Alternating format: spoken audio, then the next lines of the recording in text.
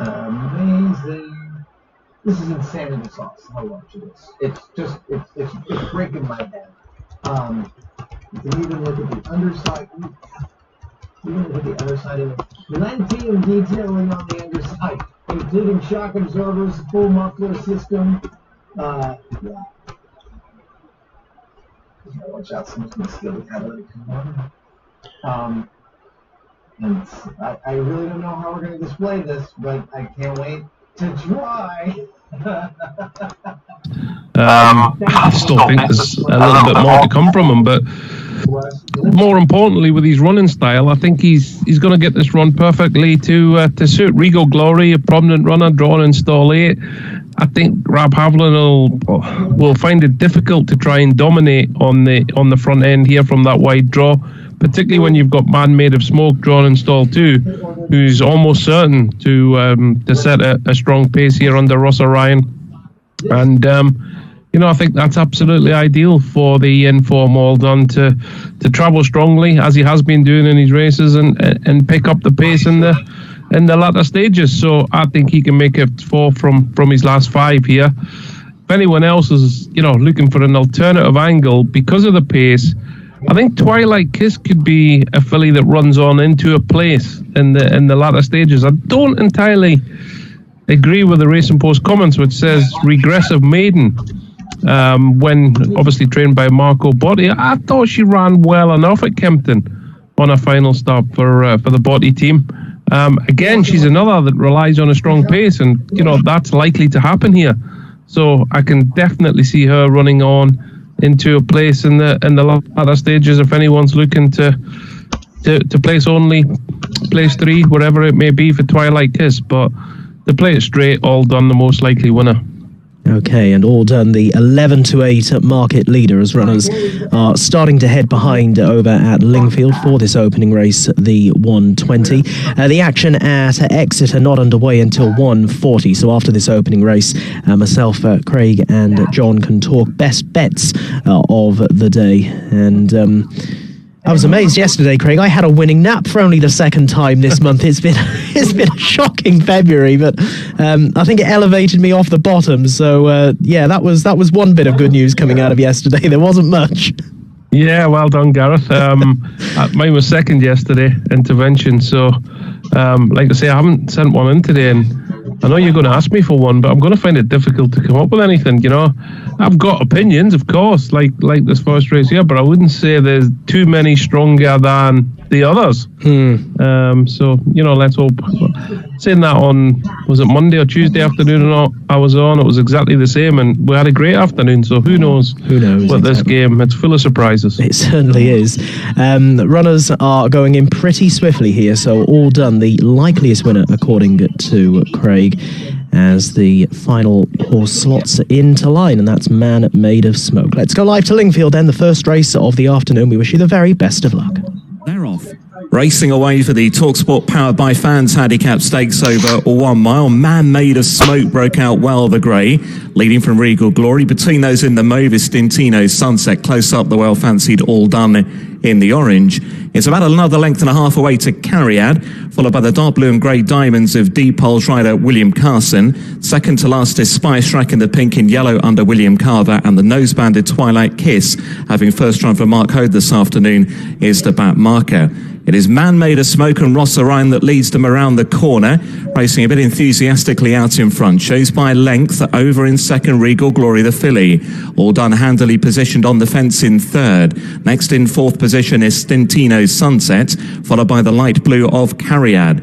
And then Deed Pole is currently sitting with 2 horses behind at this stage. Spice Rack is second to last, and Twilight Kiss continues to whip the field in. Down the side of the course they head then towards the final 3 furlongs. Man Made of Smoke leads narrowly from Regal Glory in second. All Done is back in third. Then Stintino's Sunset and Cariad next in fifth. Ahead of D-Pole, Spice Rack and Twilight Kiss, and they're turning their heads back towards home inside the final quarter mile. Man Made of Smoke joined by Regal Glory. All Done is looking for that way through. It didn't immediately come. D-Pole finishing down the outside. Stintino's Sunset was tightened up for room. Cariad Cariad's boxing on, all done, trying to go up the inside now. It's Cariad who's battled now to the lead. Cariad's gone on for Indeed Pole, then all done against the fence. It's Cariad under Callum Shepherd home in front. Cariad the winner for Indeed Pole, all done in third. Then came Regal Glory and Twilight Kiss. Yeah, it was a bit of a rough and tumble sort of finish. Cariad it is who comes out on top in the hands of Callum Shepherd. She was in pretty good form coming into this race, Cariad, and she's managed to hold on well, beating into second position Deed Pole and All Done, Craig, who had a bit of a nightmare run in the home straight, back in third. Yeah, Cariad came from off the pace. Held up a little bit longer than is normal, was ridden a lot more prominently last time, the filly, and, she's managed to poke her head through. I thought Deed Pole was the one travelling strongest of all under William Carson, but like last time at Sobble, he hasn't finished off his race as strong as you would like to. You know what I mean? Just from public, you know what I mean? You don't need permission. For what are you looking at this? I'm just having a little film.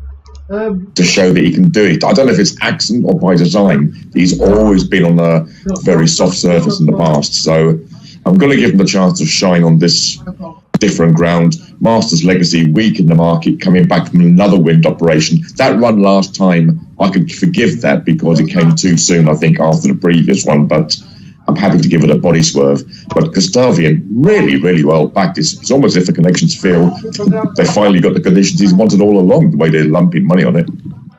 Okay, got Gustavian then, the pick for both Craig and John, and Craig will be happy to team him up with Fox Pro, try and get the 1-2 here. Masters Legacy, the one that we're against as they're about to come forward for the first of the day at Exeter. Quick going there today, good to firm in places, not too many runners, but hopefully we'll be able to find a winner or two along the way. Let's go live to Exeter for the first. Novices limited handicap chase, class 3, 3 miles the trip, and a total of 18 fences. Gustavian and Sean Bowen coming towards the first, plane 1, and the other 2, Masters Legacy and Fox Pro. Masters Legacy a bit quicker in the air than Fox Pro. Here's the first open ditch. Gustavian moving up towards it and jumped it beautifully. Masters Legacy put himself right at it, about 8 lengths behind already in second, and a further 3 away to Fox Pro. Rather reach for that one did Gustavian at that fence, and there was a slight error by Masters Legacy, nothing too serious. He's in second at the moment, Fox Pro, as they climb the hill on the side of the course here. Gustavian has opened up a lead of about 8 lengths over the other 2 at this stage. Sean Bowen riding for Anthony Honeyball. He's just a bit keen at this point. He's just trying to get him just to switch off a touch, no doubt, as they come up the hill towards the home straight for the first time. Gustavian leading them up the home straight then. Fences 4, 5, 6 and 7 ahead of them. On his 9th chase start, Gustavian, he's yet to win one, but he has been placed half a dozen times. Here's Pritt coming towards the 4th now. Jumped it neatly. Masters Legacy, who's the least experienced of the trio, took it in second ahead of Fox Pro. And over the next, a lovely jump by the leader, Gustavian. Masters Legacy a little bit more novice-y in second place. Here's the 3rd. And Gustavian and Sean Bowen leading from Masters Legacy and Mihal Nolan. On the inside, getting a touch closer, David Noonan on board Fox Pro as they come to the last fence on the circuit. And going past the enclosures, then all 3 of them safely over the first 7 fences as they move past the judge. So Gustavian, well-supported favourite, is making it a good stamina test here and leads by about 10 lengths as he passed the judge. With Masters Legacy 2 lengths ahead of Fox Pro, and they move down towards the water jump. Little series of 3 on this part of the course, of course. Let's see how Gustavian handles the water. The answer is pretty well. 10 lengths behind him, Masters Legacy and Fox Pro, another 5 behind him. Here's another plain fence, the middle one of the trio on this part of the race course. Gustavian, Masters Legacy, Fox Pro, and then the first open ditch of this, well, the second of the contest, first in this particular batch, and he's over it safely. Gustavian, Masters Legacy, and Fox Pro. It was very guessy, and he dived out to the left a bit there. It was not one of his better jumps, but he's still in the race. But at the moment, he's got quite a bit of ground to make up on the other two, and there's no question that Gustavian is setting a pretty decent pace here out in front. Leads by 6. Masters Legacy on only his 3rd chase start today. Hunting round behind him, and then getting a little bit closer now, Fox Pro. They're moving down the hill on the far side. Quite a run before they get to the 11th fence here. Gustavian.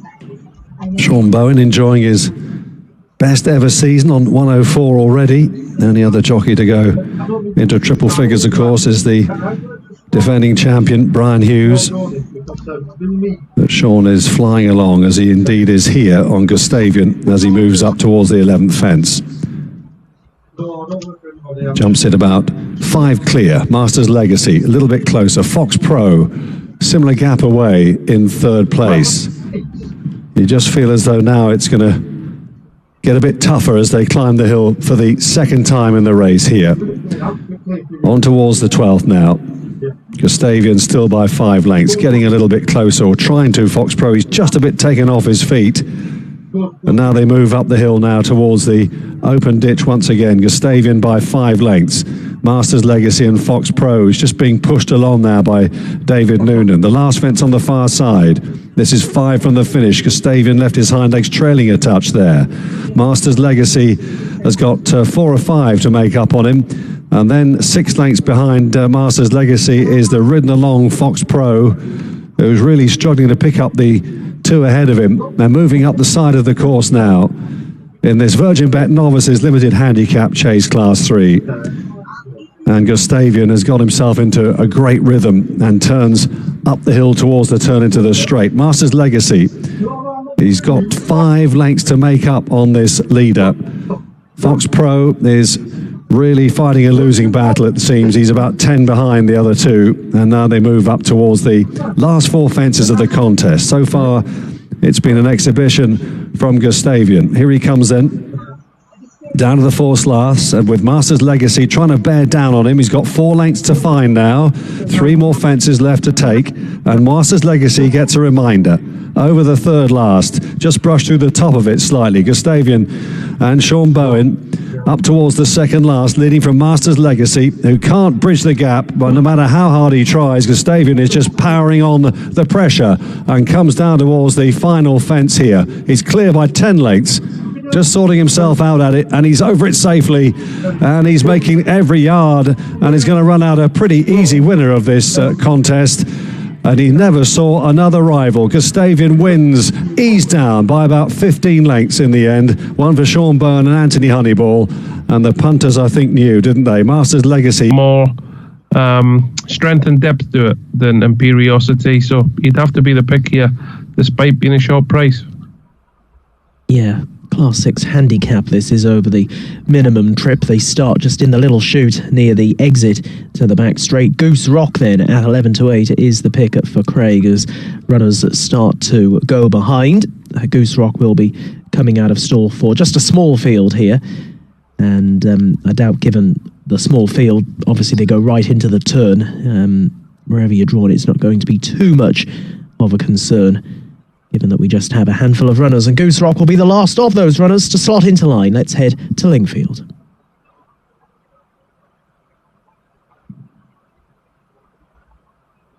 They're off.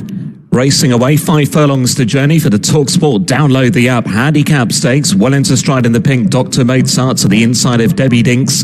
He's got those cheap pieces on for the first time. Light blue jacket there for Jason Hart. They're followed around the corner by Imperiosity in the green. Next on the outside, the dark blue and white of Goose Rock, and tucked in at the back of the field is Porti Velare. They're about to race inside the final 3. Top weighted Dr. Mozart in blinkers first time leads the way from the outsider. On the outside, they're looking to getting more prominent, Debbie Dinks, but just edging off a little. These are then followed to the inside by Imperiosity. They're nudged along Goose Rock and then Porti Valare. Debbie Dinks has completely blown the turn there. Dr. Mozart will lead them up the home straight by a couple of lengths. Porti Valare to the inside, trying hard along with Imperiosity. Goose Rock a bit wider out. Dr. Mozart trying to see it out. Here comes Goose Rock down the outside. Imperiosity between them. Just in front, Dr. Mozart pounced upon though by Goose Rock, who's up in time. Goose Rock got there. Tight for second, Imperiosity together with Dr. Mozart. Then Debbie Dinks and Porti Valare. Judge officially calls a photo, but it's going to reveal that Goose Rock. Despite all these problems, Milk Beats 5 from being cancelled thanks to passers. I don't think there is one Gareth on the card. I thought it was very difficult, so I'm just going to play it race by race, I'm afraid. Okay, yeah, Craig thought it was that sort of day as well, so there we are. But brilliant. Well, enjoy the day, Ken. It promises to be a cracking one, and we'll speak to you in half an hour.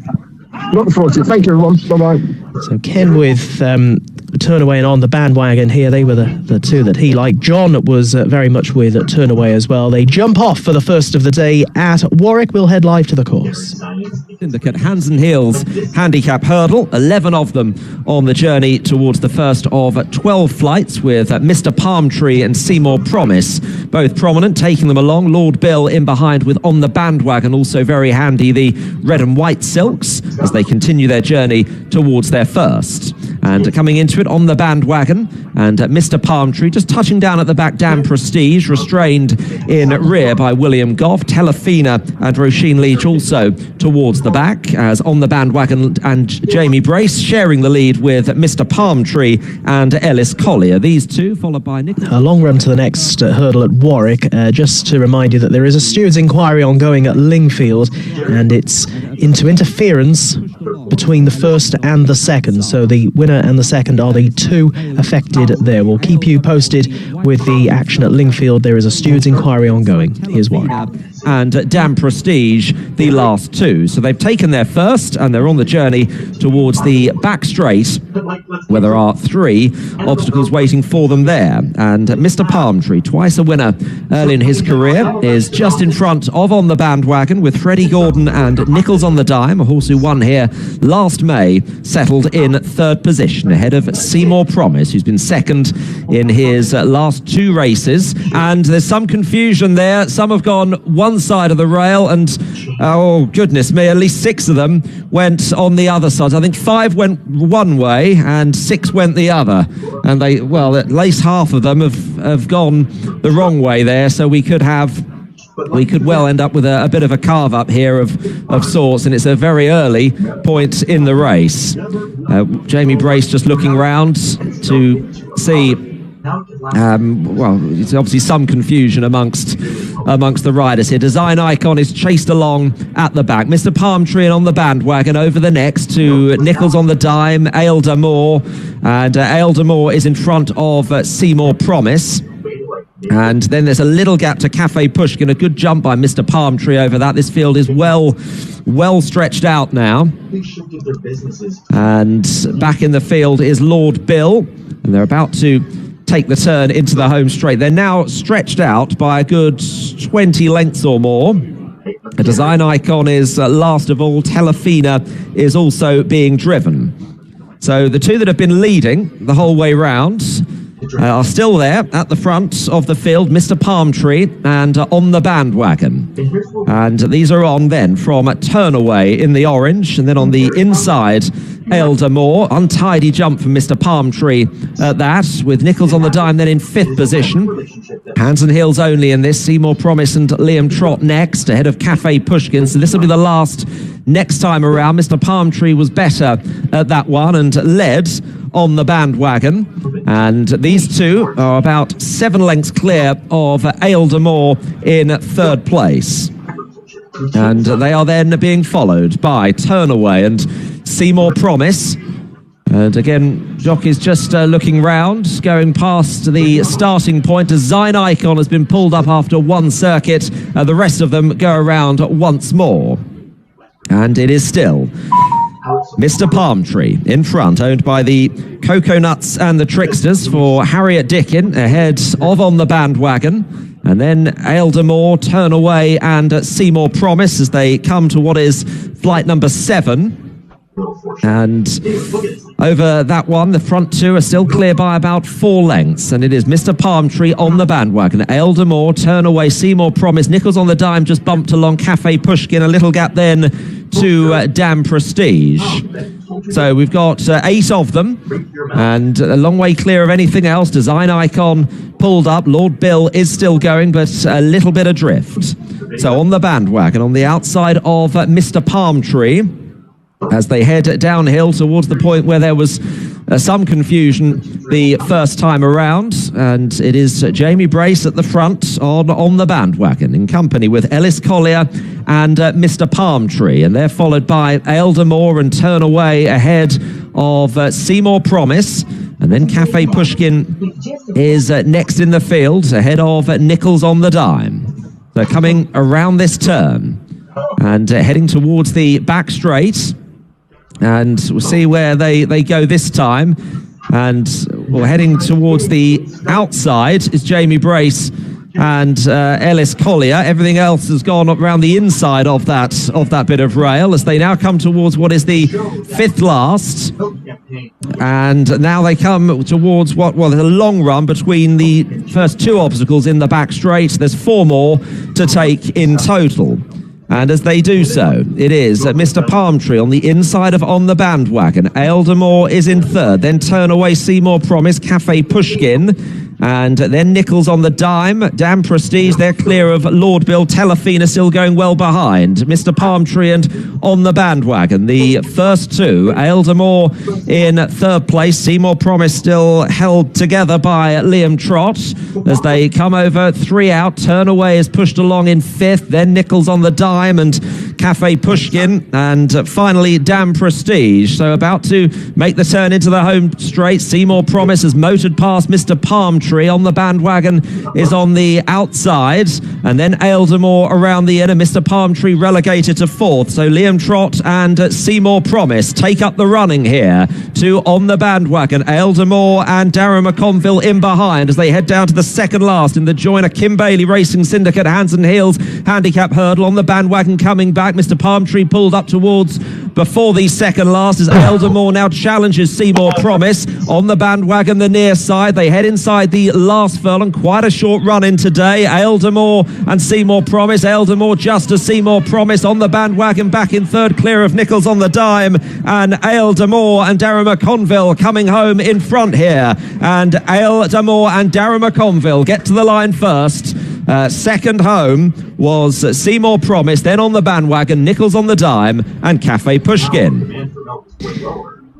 Well, there we are. That's the opening race at Warwick. Just hold all bets with that. There's obviously going to be a steward's inquiry. I suppose, John, what it proves, who needs races with whips to cause issues? We've got one where whips aren't used there, and all sorts of confusion due to a running rail, which some jockeys consistently went to the inside of and others went to the outside of. And some didn't have a clue. I was just thinking exactly the same about the whips thing, yeah.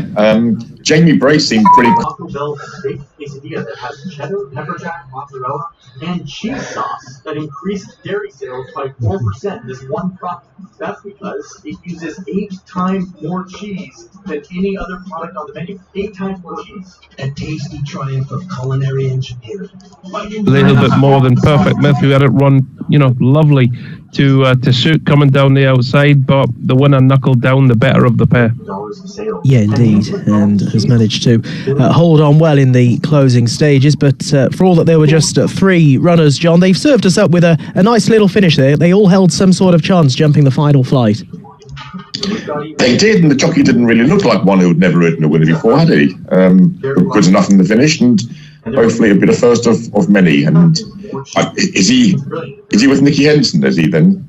I think he must be. He's as I say, he is the lad that rides out Constitution Hill at home. Yeah, so, of course. Of course. Just looking at his previous rides there. Yeah. it's always nice to get an outside man as well for Anthony Honeyball in this case, and I'm sure Anthony Honeyball will use him again.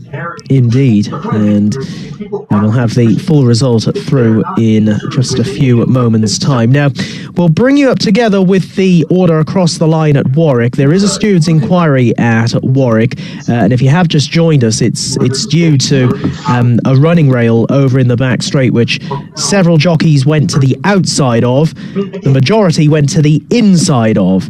So there was clearly quite a lot of confusion in that opening race at Warwick into which side of this particular running rail you had to go. And Ailda Moore, number 6, was the first past the post at 17-2. Number 7, Seymour Promise, was second at 9-2. 8 on the bandwagon, third at 7-1. But as I say, if you're involved with any of those horses, or indeed any of the others, just hold on to your betting slips at the moment. Just hold all bets, because who knows what's going to happen. It's going to take a lot of sorting out, but before a big crowd at Warwick today, the majority of whom have got in for a fiver, John, and a pretty sort of unsatisfactory and peculiar start to the day. Yeah, that's so annoying, because I'm just trying to think, it wouldn't be half term. Maybe it's half term in some areas. It wouldn't be half term down this neck of the woods anyway. But it's great that I've got a crowd. I just hope that a lot of mine can be put off by the mess of the first race anyway. But they've got good, as Ken mentioned there, they've got a big crowd in attendance, and great thing to do. If you're going to struggle for a crowd in a midweek meeting, why not just charge a fiver or something like that and get people in the door? It's not rocket science, is it? Yeah, no, exactly. And they've certainly been rewarded today for all that we've had a bit of a crummy start to the afternoon. I actually, whilst that Exeter race was on, just went back to an earlier meeting at Warwick and see where they went. I know it's not entirely relevant necessarily, but the hurdles track there and that rail, the runners at that previous meeting consistently ran to the outside of it, which would suggest that if that was the case today, it would be just the minority of the riders in that opening race went the right way. But as I say, that the bulk of the field took a slightly shorter route. The only other thing I'd say is that the rail at the previous meeting had the sign H on it, which denotes that you run to the outside of that for the hurdles track. And there was no sign on that rail today. So has that got something to do with it? Well, it's just time's going to tell, isn't it? It's probably not 1,000,000 to 1. This is going to be a void race. Indeed. It's as you mentioned, anyone who's had a bet on this, even if you came 8th past the post, just don't throw your slip away. I'll keep an eye on things. Absolutely. Let's go to Lingfield now. They'll struggle to go the wrong course here. This is the 2:20 7-furlong contest, and my nap runs here for what it's worth. Wyvern, number 6 on the card. He's currently second in at 3-1. I thought he was a real eye catcher at Wolverhampton last time out, and didn't get as clear a run through as the winner that day, who he very nearly beat. But Spirit of Nguru is the 9-4 favourite here. Wyvern at 3-1. Noisy Night at 130. 11-1 Gobi Sunset. Baldemero at 12-1 with Al Geed. Lord Rapscallion at 14-1, and Politics likewise. And Craig, I'm hoping that this race is going to be well run, because I think that will suit Wyvern. Yeah, he was badly drawn the last day, Gareth. He got no cover. He was stuck on the outside. That didn't help him. He's ended up making his charge down the inside as well. It was a good effort under the circumstances, and I think he's fairly solid here. Stuart Williams having winners. They thought the world of him last year. Wyvern maybe didn't get as high as they thought he might get, but this looks a good opportunity for him to return to winning ways. Yeah, I'm certainly hoping so. He's a nice-looking individual who, as you say, Craig, was quite highly tried back last season. It didn't quite come off for him, but this is definitely more his bag. And the Wolverhampton run, for all that he was beaten and well fancied, it was encouraging. Definitely, yeah. There was real positive signs there. The race was running a good time as well for a Class 4 handicap. Stall 8 should be fine for him. The favourite of Willie Haggis's, I think the step up to 7 for Spirit of Nguru will certainly help. The way he stuck to his task at Kempton last time, but he doesn't have the look of a horse that has an awful lot in hand from the handicapper. I thought the biggest danger might be Noisy Knight, who shaped well at Kempton, met trouble late on that day as well, and I think is on a fair mark and can still win from this mark. So yeah, I'm happy to oppose the favourite, and I'm more worried about Noisy Knight. Okay, runners then are about to slot behind. Spirit and Guru heading forward, and next to head on in will be Gobi Sunset, who's a possible pace angle in this race, particularly from the inside stall as well. I think that Wyvern will be dropped in any case from his much wider stall in 8. Wasn't too concerned about that. So he the pick for both myself and Craig as runners continue to head behind. Algeed will be next forward. And after this, we'll hear from Ken live from Warwick. He's our on-course reporter there today, and he'll be getting all the latest news, no doubt. But at Lingfield, we're just about set to go for the next on their card. Good luck. Feature the Spreadex Sports First Goal Scorer Insurance Handicap Stakes over 7 furlongs. Spirits of Nguru broke well, but immediately being pressed by Politics. And it's Politics who now moves into the lead from that stall number 6 draw to show out in front from Wyvern. The yellow and black silk. Spirits of Nguru gets a toe from these two. Then came Baldemero, the black cap, followed by the grey. That's Lord Rapscallion to the outside of Algeed, the white jacket against the running rail. Then Noisy Nice in the yellow and white colours, and Gobi Sunset under Franny Norton out the back of the field. They turn and race inside the final half a mile, and Politics bowls along out in front in the hands of Theodore Ladd. From Wyvern, who's racing second, then Spirits of Nguru. Nicely positioned on the outside is Baldemero, followed down that side of the course by Noisy Knight. Algeed can't find a way through to the inside. Lord Rapscallion now been pushed along. Gobi Sunset still out the back as they begin to turn their heads towards home. Baldemero sweeping around the outside, now puts it up to Wyvern, ridden along for more Politics towards the inside. Then Noisy Knight, Spirits of Nguru trapped away towards the inside, not really picking up. Then Lord Rapscallion, they run inside the final furlong. Wyvern's got the call now from Baldemero. Lord Rapscallion running up into third. Now it's Wyvern from Baldemero on the run towards the line. It's Wyvern, and it's a treble for Callum Shepherd. Wyvern, the winner, beats Baldemero, Lord Rapscallion, then Gobi Sunset, Noisy Knight.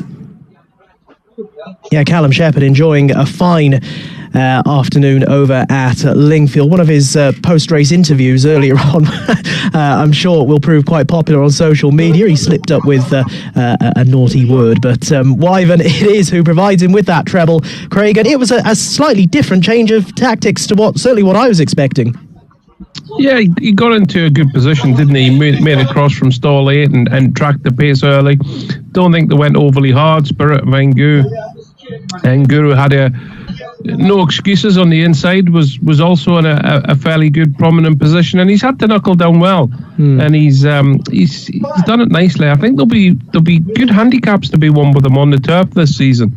I know his record suggests he could be better on the sand, but I certainly think the way he moves, top of the ground, will be fine for him on the turf. And good race for Mr. Morley, who had Lord Rapscallion back in third as well.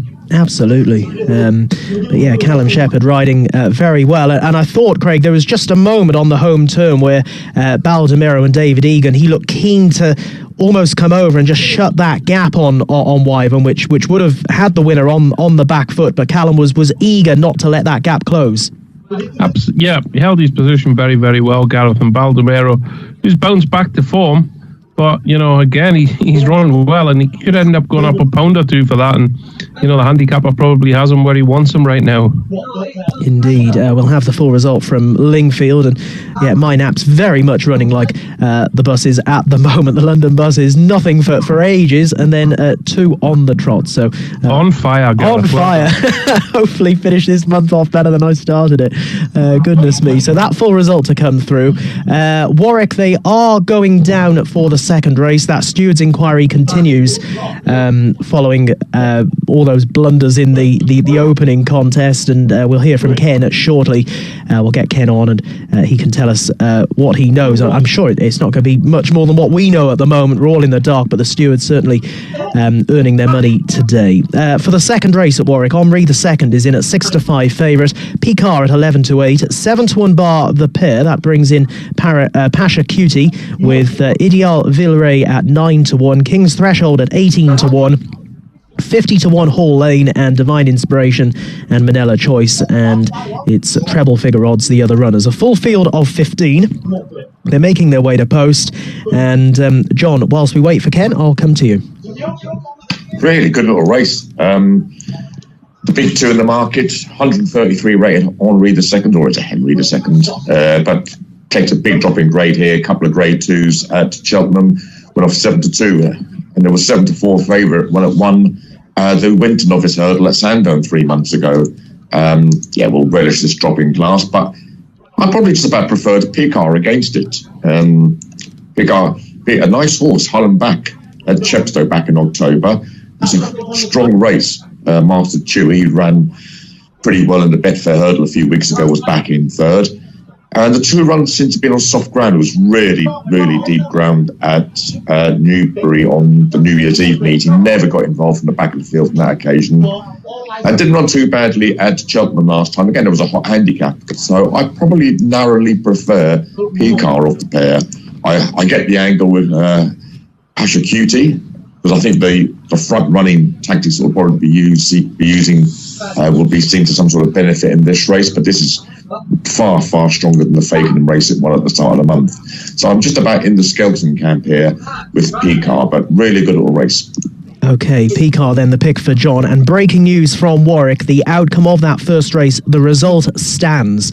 So Aildemore, the winner. Number 6, Aildemore, 17 to 2 is the winner. Number 7, Seymour Promise, 9 to 2 in second. 8 on the bandwagon, 7 to 1 in third. That's the official result coming out of Warwick's first race, the 2 o'clock. Clearly, those 3 riders went the correct side of the running rail. I think the 4th jockey did as well. Nichols on the dime. That was another to run wider out of that rail. So the bulk of the jockeys, John, in that instance, were incorrect to go to the inside.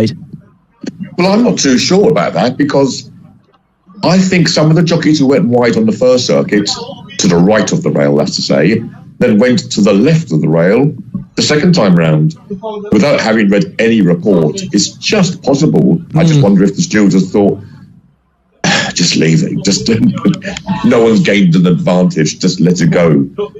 Yeah. Because certainly some jockeys who went to the right on the first time went to the left the second time. I think only a couple of jockeys went to the right both times round. Yeah.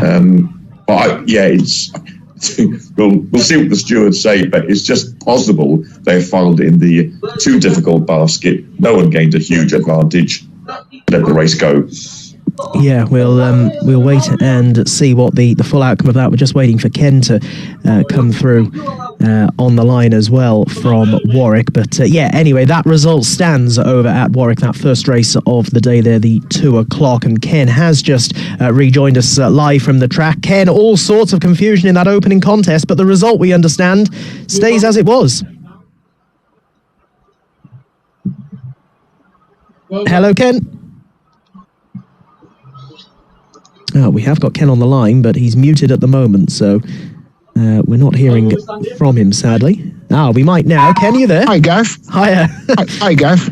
All sorts of confusion that first race. It sounds like the track was at fault, Gav, because there was no H marker on the bit of rail that's sticking out. That's what I've been told, but I presume we're getting an official answer what's going on. But I think that's part of the reason. But no one. The front 5 didn't know where to go, and then 3 of them came against the rails, and 2 of them went round the same way. So I don't know what was going on there. Right. Okay. You did notice the lack of a H marker. Look back at some races from an earlier meeting there, and that rail, they did go to the outside of it, but the H marker was in place. So not surprised that has something to do with it. Okay. So chaotic start, but what wins this second race? It looks a good race on paper. I know Henri the second sets a fair standard. He looks well. The 2 I liked were number 2 Hall Lane. I thought he may run each way, and John Joe Neal's one Cedar Road. Those are 2 horses. I probably each way I'd go those 2 Gareth at prices. Yeah, Hall Lane at 40 to 1, and what was the other one, Ken? Cedar Road, number 6. Yeah, 150 to 1. So perhaps some each way value to be found in this race. That's great, Ken. We'll speak to you ahead of the next. Thanks a lot. That's Ken then live from the track. He's going with some slightly bigger priced runners. John with the second favourite, Picar, who's in at 6-4. Flags are up for the second of the day, and they're coming forward. Let's go live and join them. Oakman Racing Club, EBF National Hunt Novices Hurdle. And running towards the first, Pasha Cutie on the outside of Henri II. These are the first two to show. Ideal de Villaret's the two shades of blue check sleeves on the outside. Balanulart is next in the field, touching down in last place, Hey Mr. DJ, and restrained in rear is Kelsey Park, really being anchored by Bridget Andrews as they get over the second.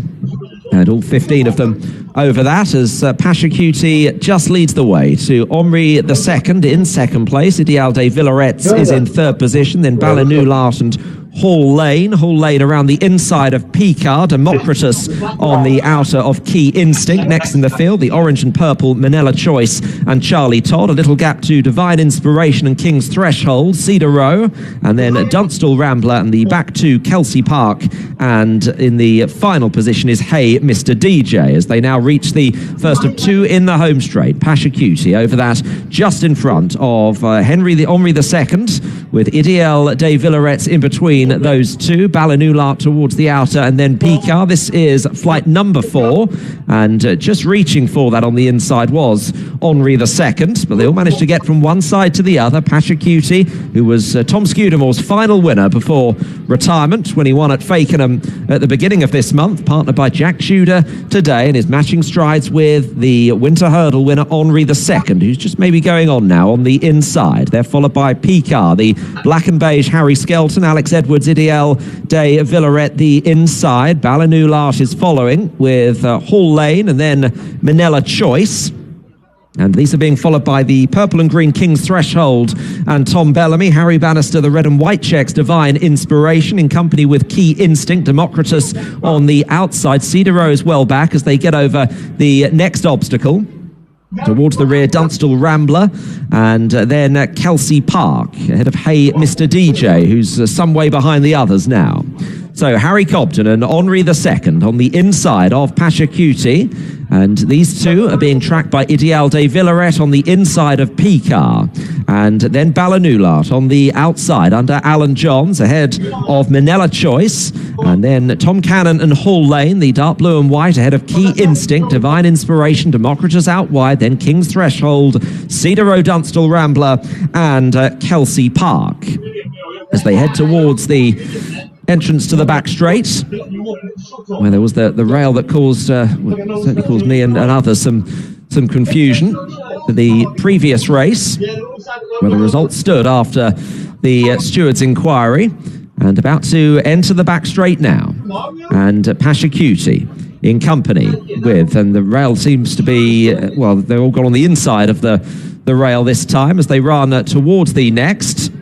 Might have been some movement as it's Pasha Cutie and Henri II as they come towards the end of their first circuit. Ideal de Villaret, Picard is still in behind with Manila Choice. Hall Lane is next. Key Instinct struggling. Democritus has also weakened. Still anchored at the back is at Kelsey Park as they now run towards the fourth last. And it is Henri II, Pasha Cutie. They are still 1 and 2, getting over that with in behind Picard held together. Ideal de Villaret's, these first four separated by less than 2 lengths. Manila Choice following with Hall Lane, and then King's Threshold ahead of Kelsey Park, Balanulart, Divine Inspiration and Cedar Row. So Jack Tudor and Pasha Cutie on the outside of Henri II and Harry Cobden in this Oakman Racing Club EBF National Hunt Novices Hurdle. Qualifier for the EBF final and coming into the home straight with 2 to jump. Henri II under his big penalty to Pasha Cutie. Picard still waiting to deliver a run. Ideal de Villaret in 4th, and these are on from Hall Lane, who's plugged on into 5th position as they come to the second last. Henri II, Pasha Cutie. Skelton now waking up Picard in the centre. Jumped that well. Picard comes to challenge Henri II. Ideal de Villaret's in 3rd place. Pasha Cutie's weak, and then King's Threshold. Picard has taken over and coming towards the final flight. Picard and Harry Skelton over and clear by about 3 or 4 to Henri II and Ideal de Villaret. King's Threshold back in 4th, but Picard is coming home in front here to win in grand style for Yorton Racing, Dan and Harry Skelton. Picard the winner, Henri the second in second, third Ideal de Villaret, King's Threshold was home in fourth. This one. Because I'm working on a story and you're not part of it, man. Guaranteed to go and build on that, which would be the worry here for the old boy, Willow. I am. Okay, they're arriving down at the start. So, as I say, 11-4 Walloof. Evasive Power, a little bit of money for that one. 5-1 in from 13-2. Just seeing if there's any sort of market moves in this race. Very often, Craig, when we see a race with a John Butler horse in these colours, it's usually that particular horse that with regards to the market, you pay the closest attention to. Yeah, absolutely. McAppleby's got one, and Eagle-Eyed Freddy's been backed a few times. But I like Evasive Power. He won very well here at the track, 2 starts. They go over the mile, and then last time he ran well enough, but he got no cover, and the fact Jason Hart comes back in for the ride today, I think, is a huge plus, and that's no disrespect to the jockey the last day. I just think Jason Hart, a lot more experience, a lot stronger. I like Evasive Power. I think he's a horse that should at least hit the frame here. Okay, Evasive Power 5-1 at the moment as runners just gather down at the start. One of them just dismounted. That's Game Nation under David Egan. He'll be getting back on board shortly. A few late saddle and tack adjustments for Game Nation, who's a 16-1 chance. So runners are at the start, and very shortly we'll be going behind in the pick here for Craig. Evasive Power, who's coming out of stall 2, and Craig said to be very surprised if this horse was not in the frame this afternoon. But a pretty wide open looking race, Craig, on paper. Obviously, Recuerdame and Fly the Nest, they're similarly priced to Evasive Power at the moment. Indeed, the first 5 in the market covered, or is it 6 in the market? 5 in the market covered by just about 2 points. Yeah, it looks competitive, doesn't it? There's a couple being backed at bigger prices. Coming for Come On John a little as well now, who's fallen to a good mark. Shape with a little bit more encouragement over a little bit further last time. The return to a mile could help him. Fly the Nest brings winning form to the table, and Tony Carroll remains in real good shape with his runners at the moment as well. So yeah, it is a competitive little race, but if we can see Evasive Power return to what he did 2 starts ago, Gareth, I think it'll be hard to keep him out the frame. Okay, and as we say, 5-1 in from 13-2, the price for Evasive Power here.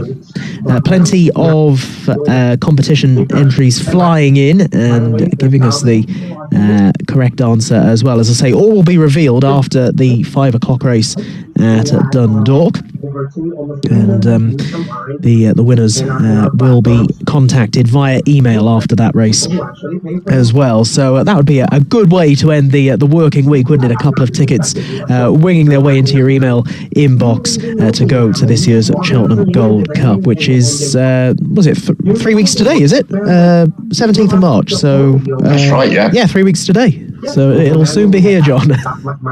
Yeah, St. Patrick's Day this year.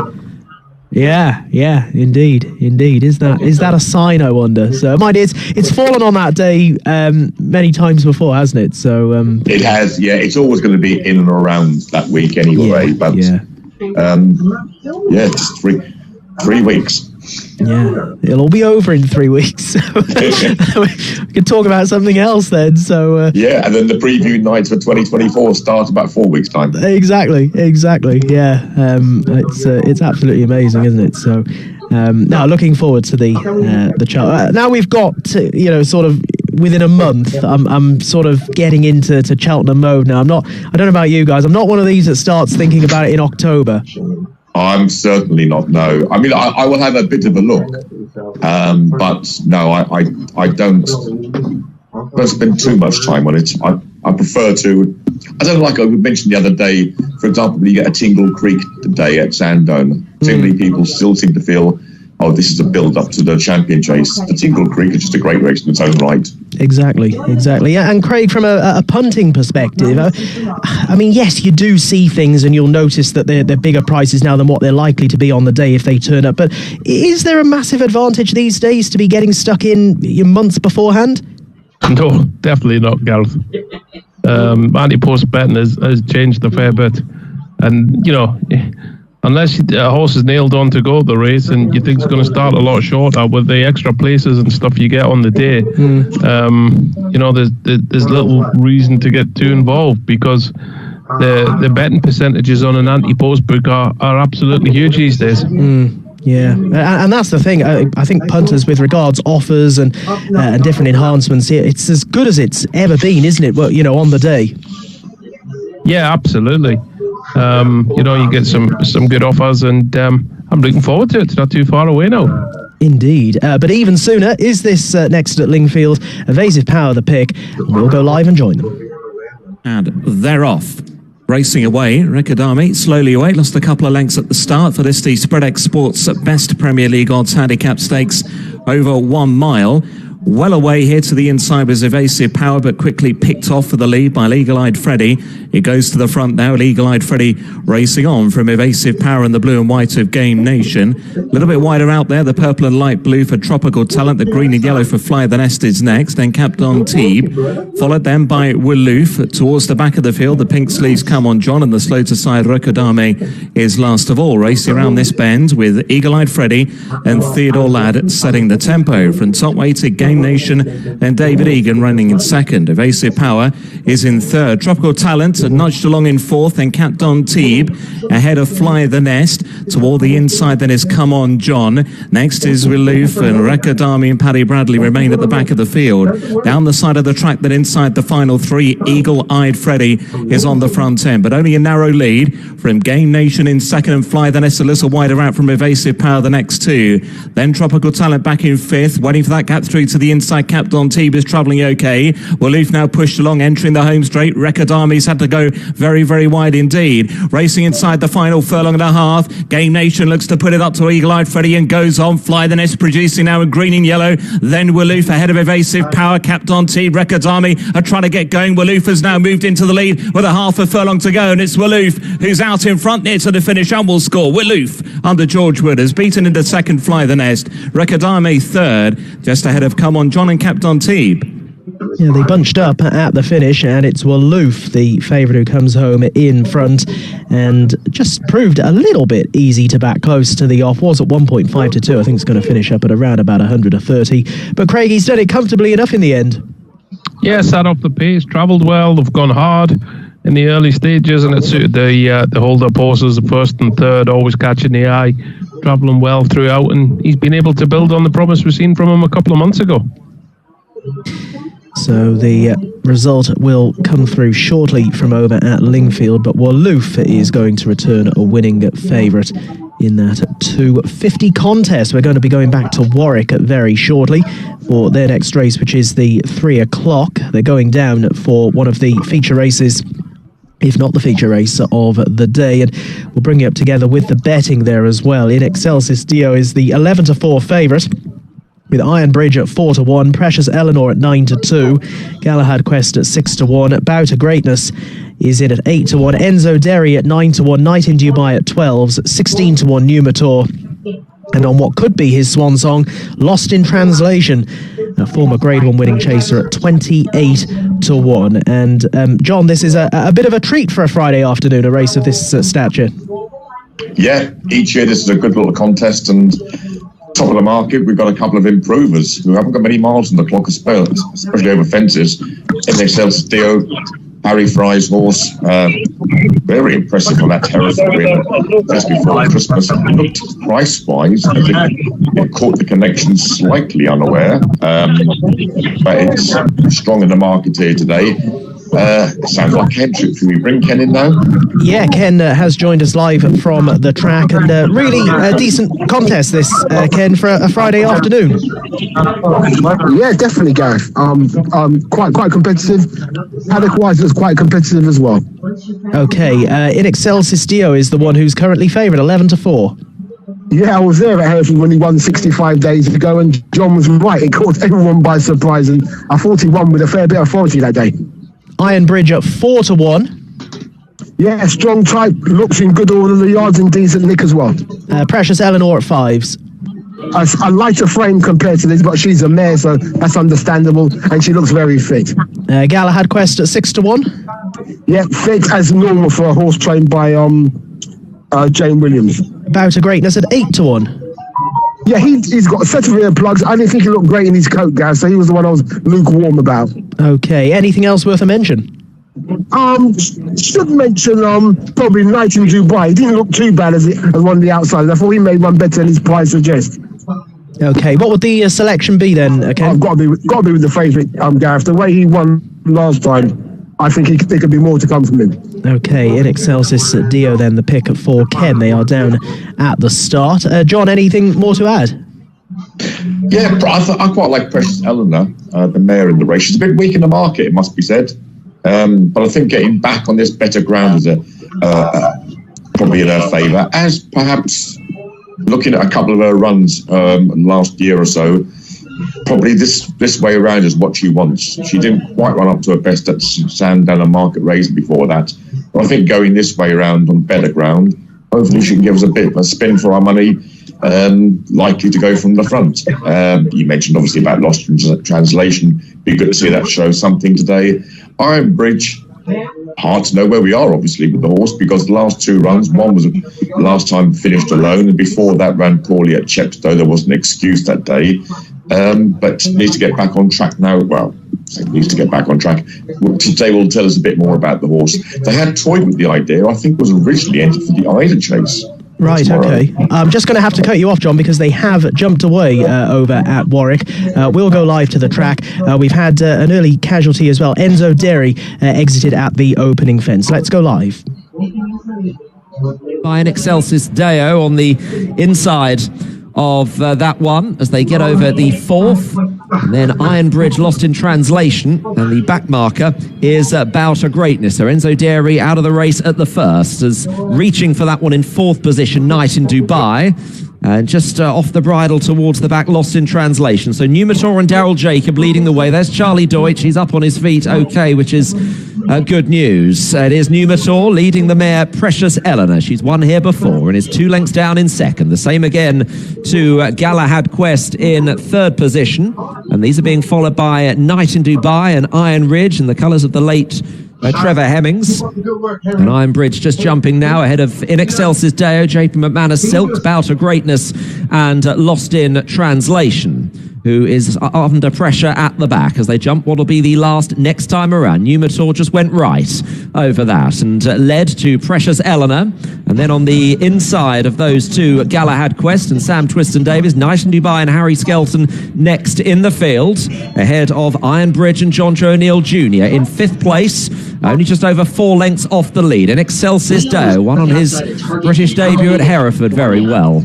Up in grade slightly today on the outer of Bout of Greatness, and Lost in Translation is driven along by Tom Cannon, the former Betfair Chase winner, in 8th position. The last one standing, the loose Enzo Derry, is following them. In Excelsis Deo made a slightly novice mistake at that one, as they now move on towards an open ditch. This is fence number 9 of the 17, and it's Numitor in front. Galahad Quest has gone into second.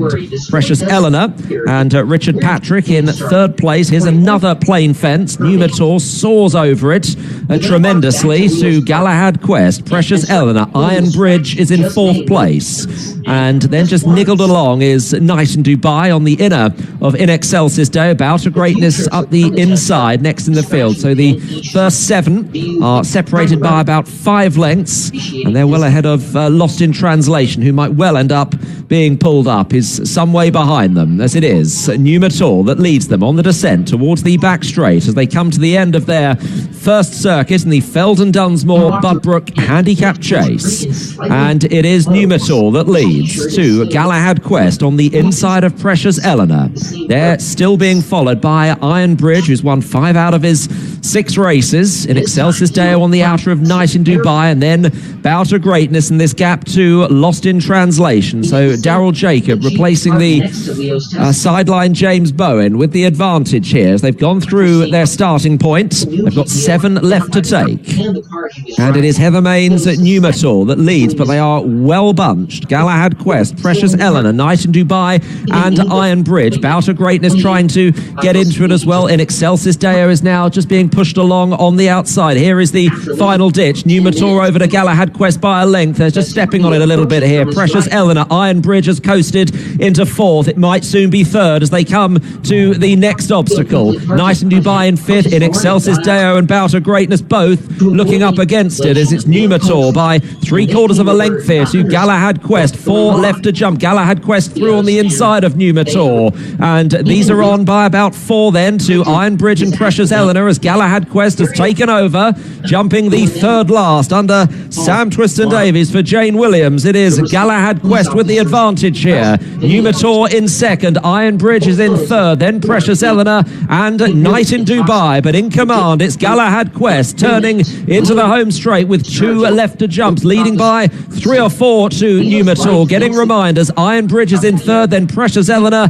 and Night in Dubai. Here's the 2nd last, Galahad Quest over in front by about 5 lengths to Numator and Iron Bridge, and then Precious Eleanor. So coming to the 17th and final fence, Galahad Quest with a widening lead of about 7 lengths to Numator in 2nd. Iron Bridge is in 3rd, but Galahad Quest is coming right away here, heading towards the last half furlong, is 7 or 8 lengths in front of Numator. Iron Bridge pressing for 2nd. It'll only be 2nd though, because Galahad Quest has romped home in the Budbrook for Jane Williams and Sam Twiston-Davies. Iron Bridge 2nd, 3rd Numator. Night in Dubai finished in 4th.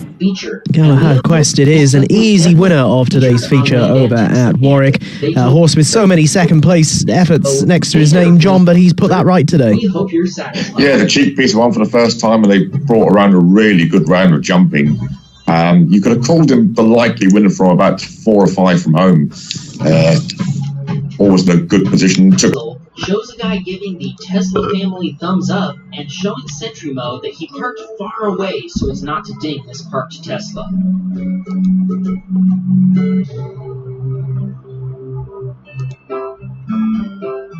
This Kuda Pinso on the outside, Gwensili Berber's Favre de Civila, and then just detached by a couple of lengths as they cross the open ditch, where Favre just a little bit sloppy over that. The back marker, Premier de Toise. This is the 6th fence they take up the hill towards it now, and all over it safely, and being led up there by Gazette Bourgeoise, who's taken over now and leads them towards the right-hand turn, which brings them up the hill here. 2 lengths down in 2nd is Django, a winner at Lingfield 10 days ago. Then the Macon Lunatic, ridden prominently today as he goes up in trip, just ahead of Kuda Pinso on the outside of Radden Top in the cheek pieces, the black and white colours. 4-time winner here, Radden Top. Gwensili Berbus racing alongside Favre de Civila. And then still Premier de Toise at the back of the field. As the runners come up towards the home straight, 4 plain fences await them here, in a field separated by about 8 to 9 lengths as they come up the home straight for the first time in this Class 3 Virgin Bet Devon National. So ears pricked, good jump there by the leader, the mare Gazette Bourgeoise, the only mare in the contest. They're quickly on towards the 8th fence now. In 2nd is Django. Right behind them, White Jacket there, the Macon Lunatic, racing wider then. On the outside is Kuda Pinso. Radden Top still hunting up these leaders. Favre de Civila a little bit closer now in the yellow and maroon diamonds. Gwensili Berbus and Philip Armson in the black and yellow colours. They go towards the 10th fence, the last one on the circuit. And the main group separated by only about 3 lengths. The one that's just struggling a touch is Premier de Toise, who's about 5 lengths behind them. So a full circuit to go in this contest. This stamina sapping contest, even on this ground today. As they move away from us, they go down towards the water jump. The only time they jump it in this contest, of course, number 11. And still Gazette Bourgeois the leader. from Django on the outside. Not much to choose between them as they took off together there. Top didn't jump that as well as he would have wanted there, James Davis. Just lost a little bit of ground in the black and white colours. Crossing over the next plain fence, the Macon Lunatic was slightly awkward at that, but no damage. They're moving on to the open ditch, number 13 here. Gazette Bourgeoise, Django have been first and second throughout so far. Favre de Civiler getting a little bit closer on the inside of the Macon Lunatic. Cuda Pinso on the outer of Gwen Silly Burbus. Top's just lost his position, just being squeezed along now, and is losing ground on them a touch as they take that turn.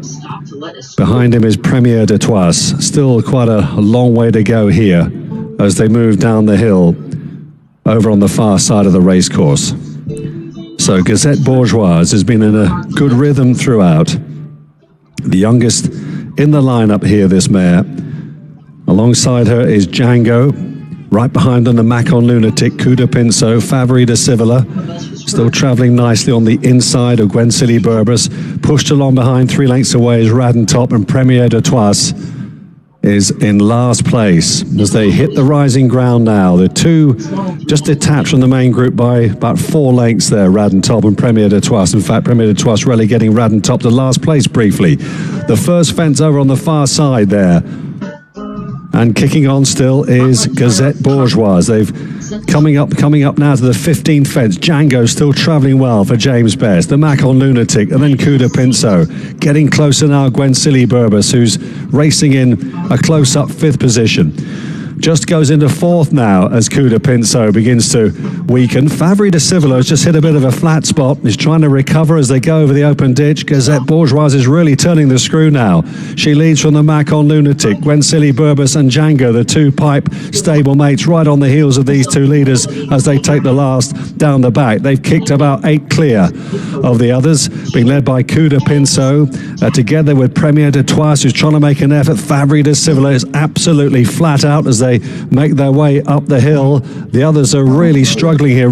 Top is running a really flat race for him here on Holden Hill. He's normally Mr. Consistent, not today, sadly. Moving up the hill towards the entrance to the home straight. Gazette Bourgeoise from the Macon Lunatic, who's battling away for Lorcan Williams on the outside. 2 lengths ahead of them in 3rd place, Gwen Silly Burbus, who's now responding. And then Django, who's just relegated to 4th place. It's still with a chance. Staying on behind them, Premier de Toise and Gavin Sheehan, and Favre de Civiler is still trying to pick them up as well. 4 more fences left to take here in the Devon National, and it's Gazette Bourgeoise who's coming up towards it now, ears pricked alongside the Macon Lunatic. They were together in the air. Gwen Silly Burbus rolling back the years is close up in 3rd place. They go over 3 out here. The Macon Lunatic is in front. Gwen Silly Burbus is coming up after him though, and they're clear of Gazette Bourgeoise, who's only found the 1 pace. 2 out they go. The Macon Lunatic from on the inside, Gwen Silly Burbus. Premier de Toise from a mile back is staying on in 3rd place. The final fence now here, and Gwen Silly Burbus comes up towards it with a narrow advantage over the Macon Lunatic, and Gwen Silly Burbus and Philip Armson, driven out towards the line, is rolling back the years here. He was a good horse in his heyday, and he's got a really good tune out of him today, Philip Armson, as Gwen Silly Burbus wins the Devon National. The Macon Lunatic 2nd, Premier de Toise 3rd, and back in 4th was Django, clear of Gazette Bourgeoise, and Favre de Civiler, the last to finish.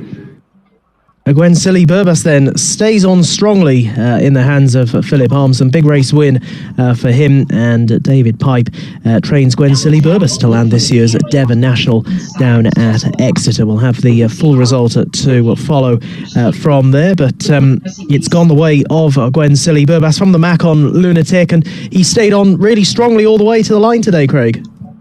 He certainly did, Gareth. Just looking back last year, he was running in the Ida Chase off a 17-pound higher mark and didn't run too badly. Just lost his way a bit, but the handicapper's given him a chance, and there wasn't many travelled in the race at all.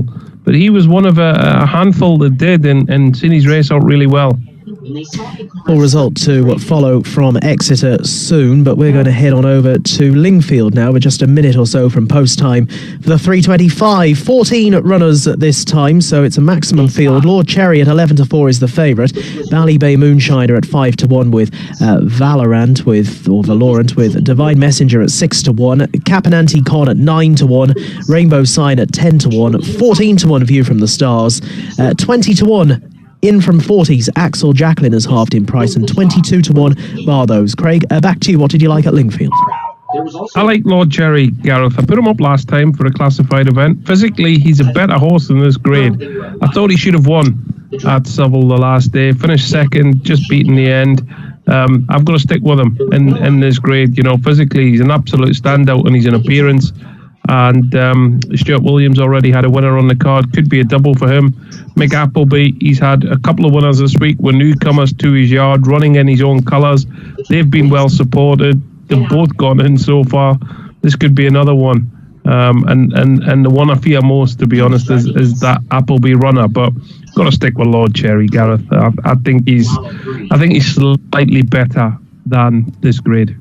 Okay, Lord Cherry then at 11-4. Craig believing that the market is right here with Valorant second in at 7-2 as they head into the stalls. As I say, a maximum field here. 14 runners and riders for this classified event, and it looks as if Lord Cherry is going to be one of the last ones to head in as well. He's due to go into stall 8, but has been in good form so far in 2023. Down to the final few. We'll see if we have that result in from Exeter on the Devon National. Indeed, number 7 Gwen Silly Burbus, the 13-2 winner, beating 10 the Macon Lunatic at 13-2 also. Number 9 Premier de Troyes was third at 5-1. They went without numbers 2 and 5, and 8 ran there in the feature down at Exeter. And down to the final few runners then here at Lingfield for the 3:25 race. Well through the halfway stage of the Lingfield card already today. After this, we'll be going back to Warwick for their next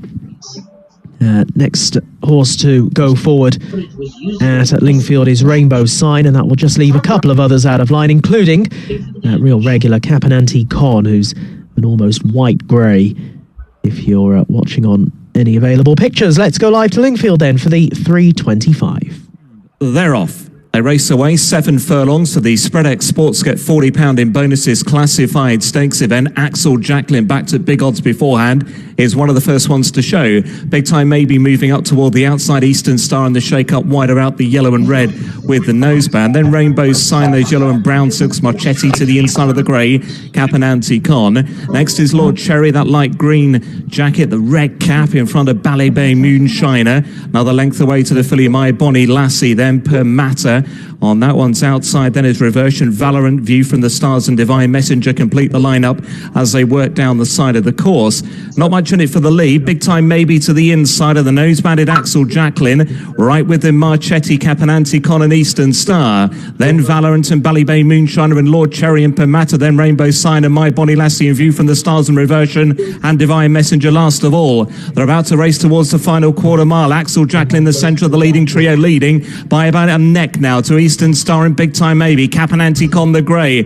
On Marchetti towards the inside. Valorant, Divine Messenger coasting through the field. Has got a perfect split now. View from the Stars coming home well. Divine Messenger's broken through the field now to lead up. Divine Messenger's out in front. View from the Stars wider out. Ballet Bay Moonshiner's coming home strongly. Ballet Bay Moonshiner, Divine Messenger. Divine Messenger, 4 for Callum Shepherd. Ballet Bay Moonshiner was home in second. Then View from the Stars in front of Capananti Con. Yeah, there's no stopping Callum Shepherd today. That's his 4th winner on the card, and Divine Messenger has got a lovely split, Craig, at a crucial time and breezed through it. Yeah, won a classified event. Well, I mean, there's no need for that. There's no point in it. I just thought I'd try and show a nice. Hang on a minute. I just thought I'd try and show a nice side. Gold is favourite, but that says everything about the contest, really, as does the fact that 2 Paris, who's rated 70, has had plenty of chances, only about a 4-1 chance. Loudspeaker, they paid 50,000 for this horse from Michael Bellegarde. And then it's taken a long time to get to the track. To see that happen at Lingfield last week, the better ground will certainly help it. I'm struggling where to go with the race. Loudspeaker might be, it might come out best, but it's a race I couldn't be thinking of any better. And then good luck to anyone, because it's weak, and I'm being really kind. Okay, they're at the post. That result in from Warwick. Credo, the 3-1 second favourite, home in front. Midnight Mary got up to be second at 130. Non-runner number 5 and 4 ran. Sorry, Helen Sheridan on Twitter just. There's certain places you can't do, like. What was she done? What was she done, John? 3:45 from Exeter. It was a race for the ages. Really? Yeah. So, it's not the most inspiring contest, that's for sure. But something has to win it, and someone will win it. Will it be Prince Rheingold? 6-4 is the prize. Brian Carver, he's been riding well this week, Craig. He has, yeah. I think that we're looking at every little plus we can get for, indeed. for this race, Gareth, and that would certainly be one of them. Yeah, that was a lovely horse he rode at Carlisle on Monday, Outer Belly. Well, I don't know if you saw the race, Craig, but won by half the track. It did, yeah. Well, the race was over at an early stage, and don't know what was in behind, but did it well. And is he heading for Cheltenham now? I don't know. I don't know. Didn't hear much afterwards, but it wouldn't surprise me if they gave it a swerve with him and maybe looked at Aintree, perhaps. Just thinking, but yeah, he did look a nice prospect for Harry Fry's yard. But yeah, Brian, I think he rode a couple of winners that day. He's had winners since as well, so he's on another favourite here, Prince Rheingold. Loudspeaker second in. 6-4 Prince Rheingold, Loudspeaker 9-4, 4-1 to Paris, 17-2. Bar those. I can tell you, Jan Curtis has just entered the building, which is with a coffee in hand, which is great news. I didn't know whether I was going to be on my own throughout the course of the evening or not, but it's great to have some company in the studio. As the last one is last turn has been taken down at Exeter. We'll go live to the track and join them for the this race for the ages. Then the 3:45. Best of luck if you are playing here. Over this extended 2 miles for the Virgin Bet Daily Extra Places Novice Hurdle Class 4 event, and El Mafton is running to the first with great gusto and pinged over that first flight of hurdles, already up by about 5 lengths to Loudspeaker and to Paris in the red cap on the rail. Prince Rheingold and Galactic Glow racing together at the back of the field. Just putting the brakes on now, David Noonan. El Mafton a little bit free over the first couple of 100 yards or so as they leave us and head away into the country. Leads by a length. On the outside is Loudspeaker to Paris, having his first start for 11 months in the red cap on the inside. Galactic Glow on the outer. Prince Rheingold in the purple and green in last place, but well in touch. The field only separated by about 3 lengths as they race away down the hill. Total of 8 flights to jump here. Always a big gap between the last one on the home straight and the first one down the back. El Mafton the leader in his first time cheek pieces today. Moves down the far side of the course with Loudspeaker, who showed ability on the flat. In second, purple and pink colours. To Paris on the inside, who's got a rating of 70 over hurdles so far after 5 tries. Galactic Glow, who's still 0 from 31 under rules, is on the outside then of Prince Rheingold. In the hands of Brian Carver, who is favourite, and they move down the far side of the racecourse now. Down the hill, being led by El Mafton. Loudspeaker in second place. Moving down towards the lowest point of the course. Close up on the inner is To Paris in the hands of Gavin Sheehan. As they come up towards the next, Galactic Glow at the rear, together with Prince Rheingold, and another huge leap there by El Mafton. Gave it plenty of air. Let's see how he jumps the third. Takes a bit of energy out of himself doing that. That was a bit more economical. And as they took that and move on up the hill, El Mafton still has the lead. 2 lengths to the good over Loudspeaker, Prince Rheingold. A length and a half away to the back 2, racing almost alongside Galactic Glow and To Paris. That was a good leap there by El Mafton. attacking his hurdles with great gusto, and they move on towards the next flight over on the far side of the course. This is 4 from the finish, number 5, this one, with Loudspeaker moving up on the outside. Prince Rheingold is in 3rd place now, ahead of Two Paris and Galactic Glow. Two Paris just been relegated to last place now and has just hit a little bit of a flat spot in his return. Up the hill they move, and Methd, that's still the leader. Loudspeaker on the outside. Now shaken up in 3rd, Prince Rheingold, 2 lengths behind them, but he is responding on that turn. Galactic Glow is 2.5 away in 4th, another couple of lengths back to Two Paris, who was trying to fill his lungs again as they approach the home straight. 3 more flights left to take here. Methd just drifting off a straight line as he comes under a little bit of a ride now. Loudspeaker's travelling pretty well though, the nose-banded runner. So too Prince Rheingold back on the bit too. Galactic Glow behind them, and then Two Paris. Here's the 3rd last now. Who's going to rise in front? It was Prince Rheingold. He made a mistake there though. Methd has run his race. Prince Rheingold the leader from Loudspeaker. Two Paris is running on again on the outside. He's challenging for 3rd with Galactic Glow, landing awkwardly. Prince Rheingold is the one to catch now though as they move between the last 2 flights. Prince Rheingold and Brian Carver up towards the final flight, jumped it awkwardly and didn't land exactly on an even keel. Two Paris, having hit a flat spot, is grabbing his 2nd win. He's got 2 legs to find now. Prince got Rheingold the leader. He's going to tough this out in the end, and he's going to take this for the Linda Blackford team. A local win. Brian Carver. Prince Rheingold beats Two Paris, back in 3rd, Loudspeaker, Galactic Glow, and finally Methd. We were talking about Brian Carver beforehand, Craig, and he's ridden another winner there, Prince Rheingold. It wasn't entirely pretty, but the favourites managed to win in the end. Yeah, did it well. There was a slight doubt after the last whether he'd get home, given his weak finishing efforts, but he's seen his race out well enough. And yeah, he showed promise on 2 starts so far, and he's been able to build on that in a weak race. Okay, result to follow. As I mentioned just before that race, Jan came into the studio. You've had a fairly eventful trip in, Jan, but good to have you here in one piece. Yeah, we've got it eventually. It's been busy out there for a Friday, but hey, we're here and ready to kick on for the evening racing. Yeah, so you're looking after both Dundalk and Wolverhampton. Yeah, both of them. This evening, so we'll be hearing from Jan shortly on the first race at Dundalk, which is just a few minutes away. It's a claimer getting underway at 4 o'clock. Prior to that, we're going over to Lingfield for the next race there, which is the 3:55, and runners are down at the start at Lingfield. This is the penultimate race there, and Star Mood is the even money favourite. Latin Verse at 2-1, Legacy Power at 4-1, Balboa at 16-1, and Snow Forecast at 66-1. Craig, I'll come back to you. The 5 runners are at the start, and it's Star Mood who's favourite.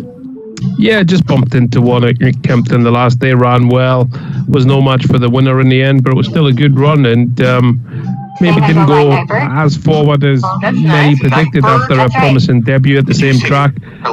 Switched to Lingfield shouldn't cause him any concerns. Latin Verse, a horse I backed and put up last time, was absolutely smashed in the market, was given far too much to do off a slow pace, and I didn't think it was the strongest of races. To be perfectly honest, the way it panned out, Newcomer won it.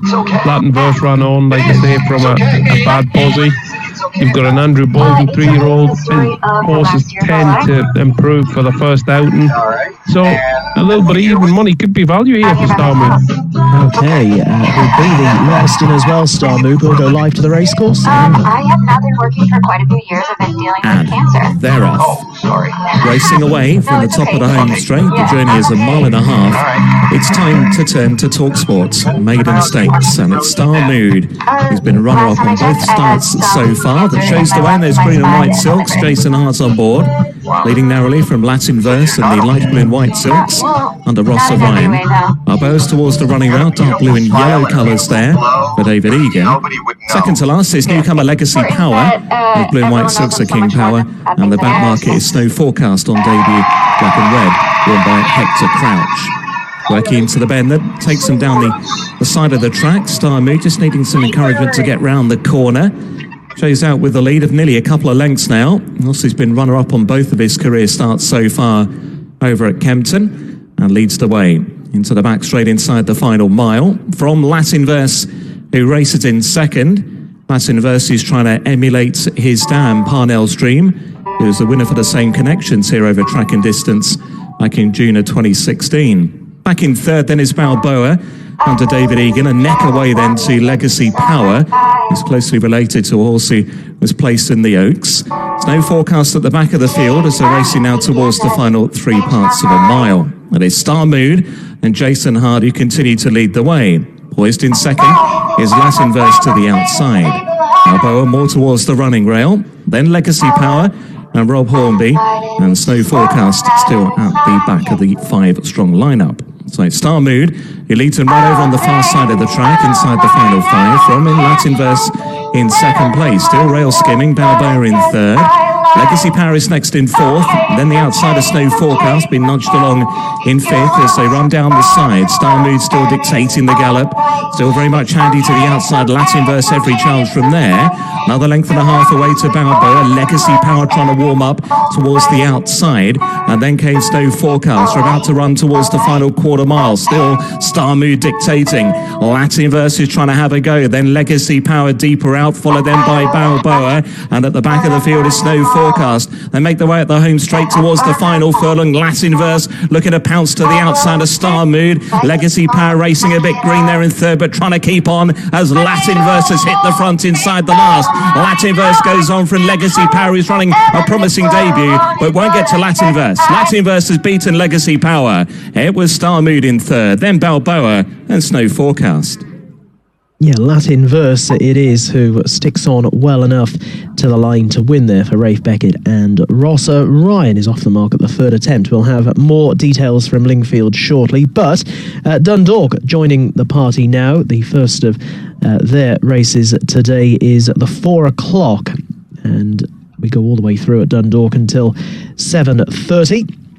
The 4 o'clock race is a claiming race and runners are down at the post, and the market for this one is headed by Jarfel, who's in at 15-8, not for a long time at 100-30, with next in the market at Shavajod at 7-2, Big Baby Bull at 13-2, 11-1 Inflection Point, with Roderick at 14-1, 16-1 Bringsty, and 22-1 Bar Those. Big field here as they are gathered down at the start. Just remind you of the absentees here at Dundalk. Are there any? Yeah, 2 of them. 9 Jill Mod and 15 Carbill. Both of those withdrawn. So 14 here, and for your first race of the day. Yeah, we're starting with the claimers. You know, it's competitive enough for the grade. The one I was interested in earlier in the day, but he's a massive drifter, is Roderick for James McCauley and Colin Keane. You know, he was off a while before his debut for this yard, which it was a decent enough run over 6 furlongs. He steps up to a mile here, which would suit him, but like I say, the market's real weak on him. But I just thought if he's taken a step forward from that run, he doesn't bounce, which is a big issue after 14 days off since that run. I'm going to stick with him just because I thought like his form is head and shoulders above some of these. But the market weakness is a big worry for him. But yeah, it's Roderick for me. But Jafal at the top, I think he's been in decent form here. He was a dual course and distance winner earlier in the winter, and I don't think he ran badly here last time. He's been pretty strong in the market, and Dennis Hogan, similar to James McCauley, the yards who do well in this type of race, aren't they? Yeah, they certainly are. Runners are heading behind for the opener of Dundalk. After this, we'll be back on across to Warwick for their 4:10. I'm going to give you one last plug of the competition today as well. This is for your chance to go to Cheltenham Gold Cup Day 3 weeks today, Friday the 17th of March. We've got a pair of club enclosure tickets to give away, and all you have to be doing to be in with a chance of winning the prize is to answer the following question. Which horse remains the only horse to have completed the Gold Cup and Grand National double in the same season? If you know the answer, drop us a line, studio@williamhill.co.uk with the correct answer, your name and full postal address, and we'll be contacting the winner just after the 5 o'clock race at Dundalk, so in a little over an hour's time.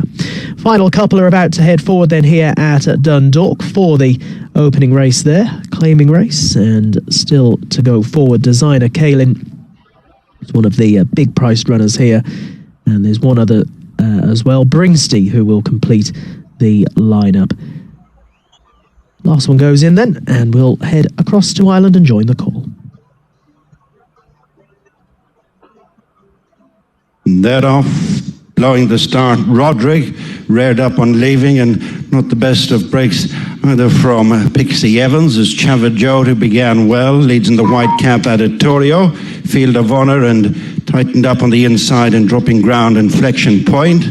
A messy opening here. It's Aditorio, Field of Honor, followed by Chavajod, Prince of Abington next with Inflection Point, and then Big Baby Bull and Not for a Long Time. Namor on the outside of Jafel, and the green cap is Casbaz, then Brinsty and Designer Colleen, with the final couple heading down to the end of the back straight, Pixie Evans and Roderick. It's the stable companions, first and second out of the bag. Field of Honor in the yellow cap, just with the edge from Aditorio and the distinguishing white hat, followed by Chavajod, Prince of Abington next with Inflection Point and Not for a Long Time.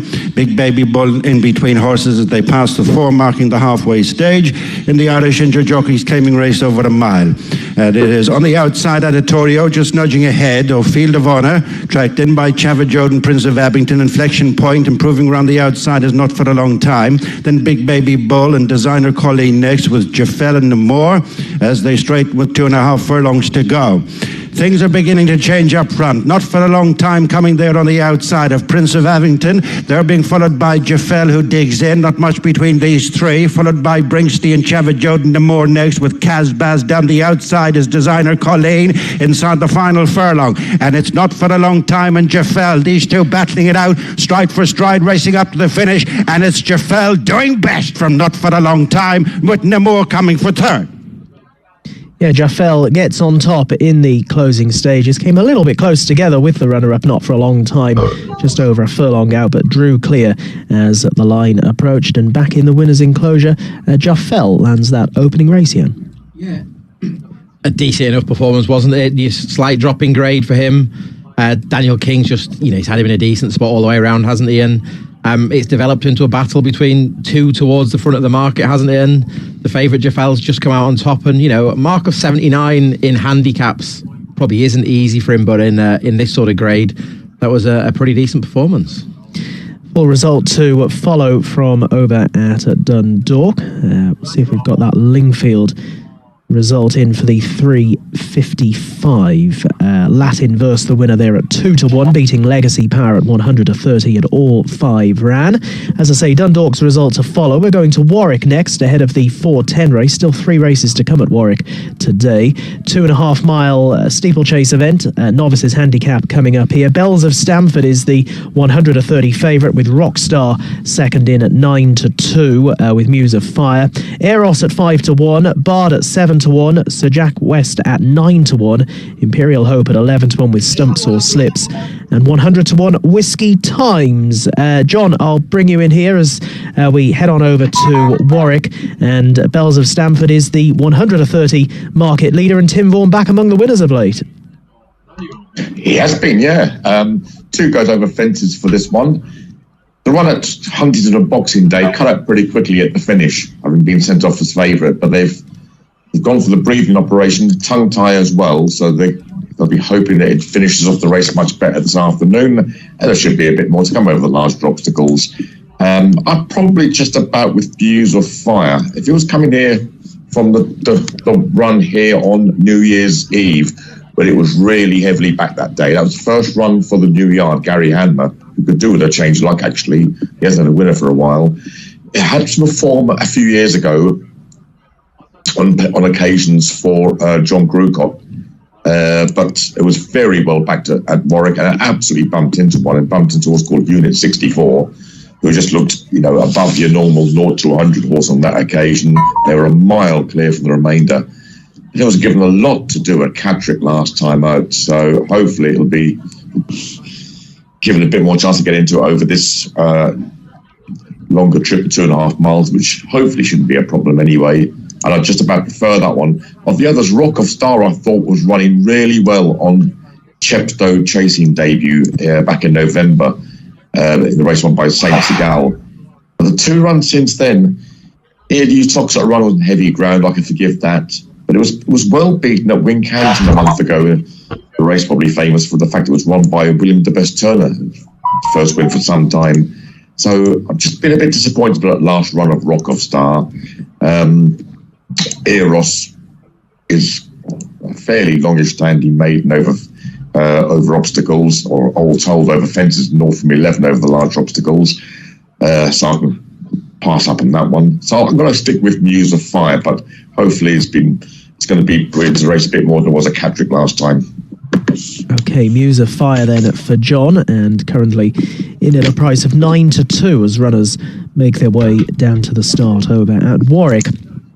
Now we've got that Dundalk result in their opener, the 4 o'clock, number 3 Jaffel, the 2-1 favourite home in front, beating 6 Not for a long time at 7-2, and 13 Namur at 20-1 was in third. Withdrawn their numbers 9 and 15, and that left a field of 14 in the opening race of 8 at Dundalk. They go all the way through until 7:30 this evening. Wolverhampton is our other evening meeting, by the way. They'll be getting underway shortly there as well, around about half an hour's time at 4:35. They take us through until our final race at 8:15. Back at Warwick, runners are making their way to post, and as we say, Muse of Fire, the pick here for John at 9-2 as they just make their way to post. Around about 3 minutes away, we have Ken Pitterson live at the track as well. He'll be joining us very shortly.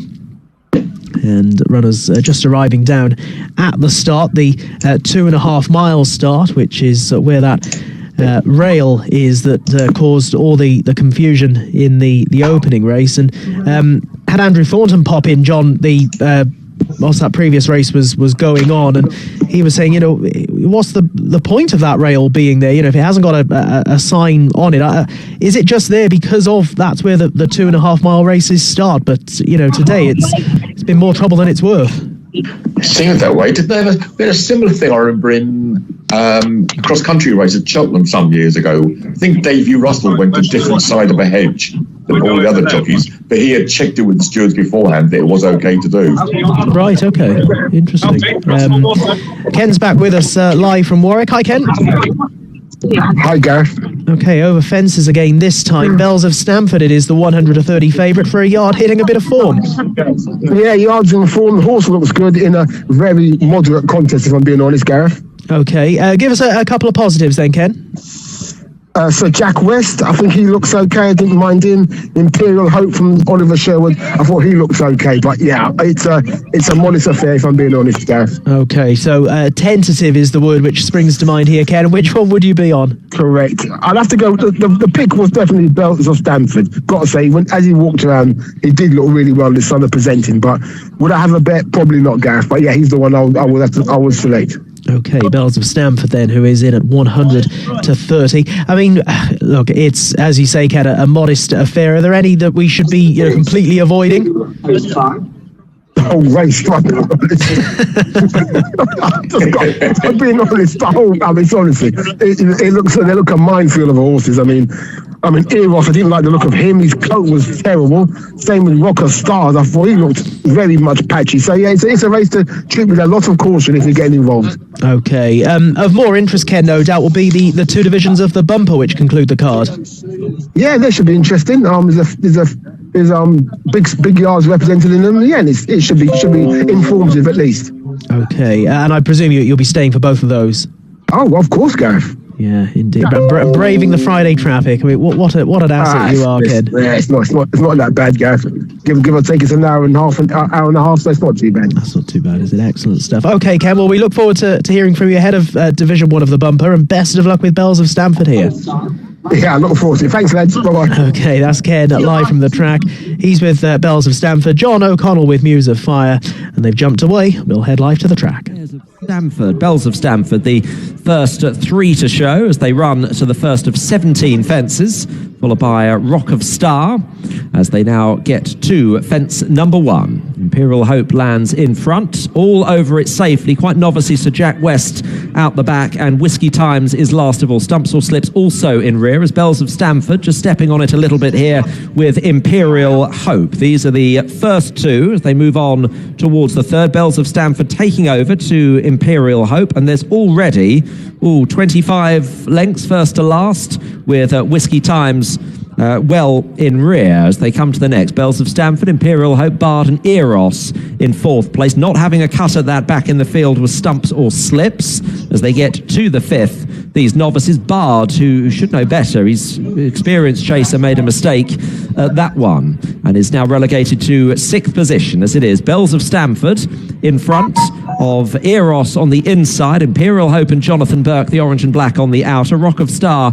red and white diamonds next in the field. On the outside of that is Bard, and on the inside is Muse of Fire. These are the first 6, a gap of 4 or 5 to Stumps or Slips, who's ahead of Sir Jack West, and then a gap to the mare Whiskey Times as they get over the first in the home straight. Again, Stumps or Slips jumping wasn't the best as they now move on to number 7, Alan Johns and Bells of Stamford in front.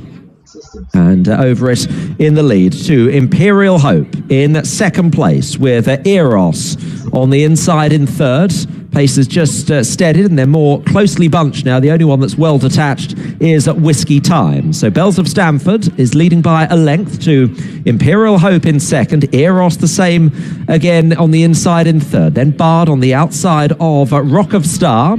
These are the first 5 and they're followed by Muse of Fire, the yellow and purple Kevin Brogan. Chris Ward is next on Sir Jack West on the outer of Luke Scott and Stumps or Slips, and they're clear of Whiskey Times. Here is the next fence, which they all managed to get over, and Open Ditch is coming up. Open Ditch will be fence number 9. And coming into it now, Bells of Stamford and Imperial Hope, Eros, Bard on the outside of Rock of Star.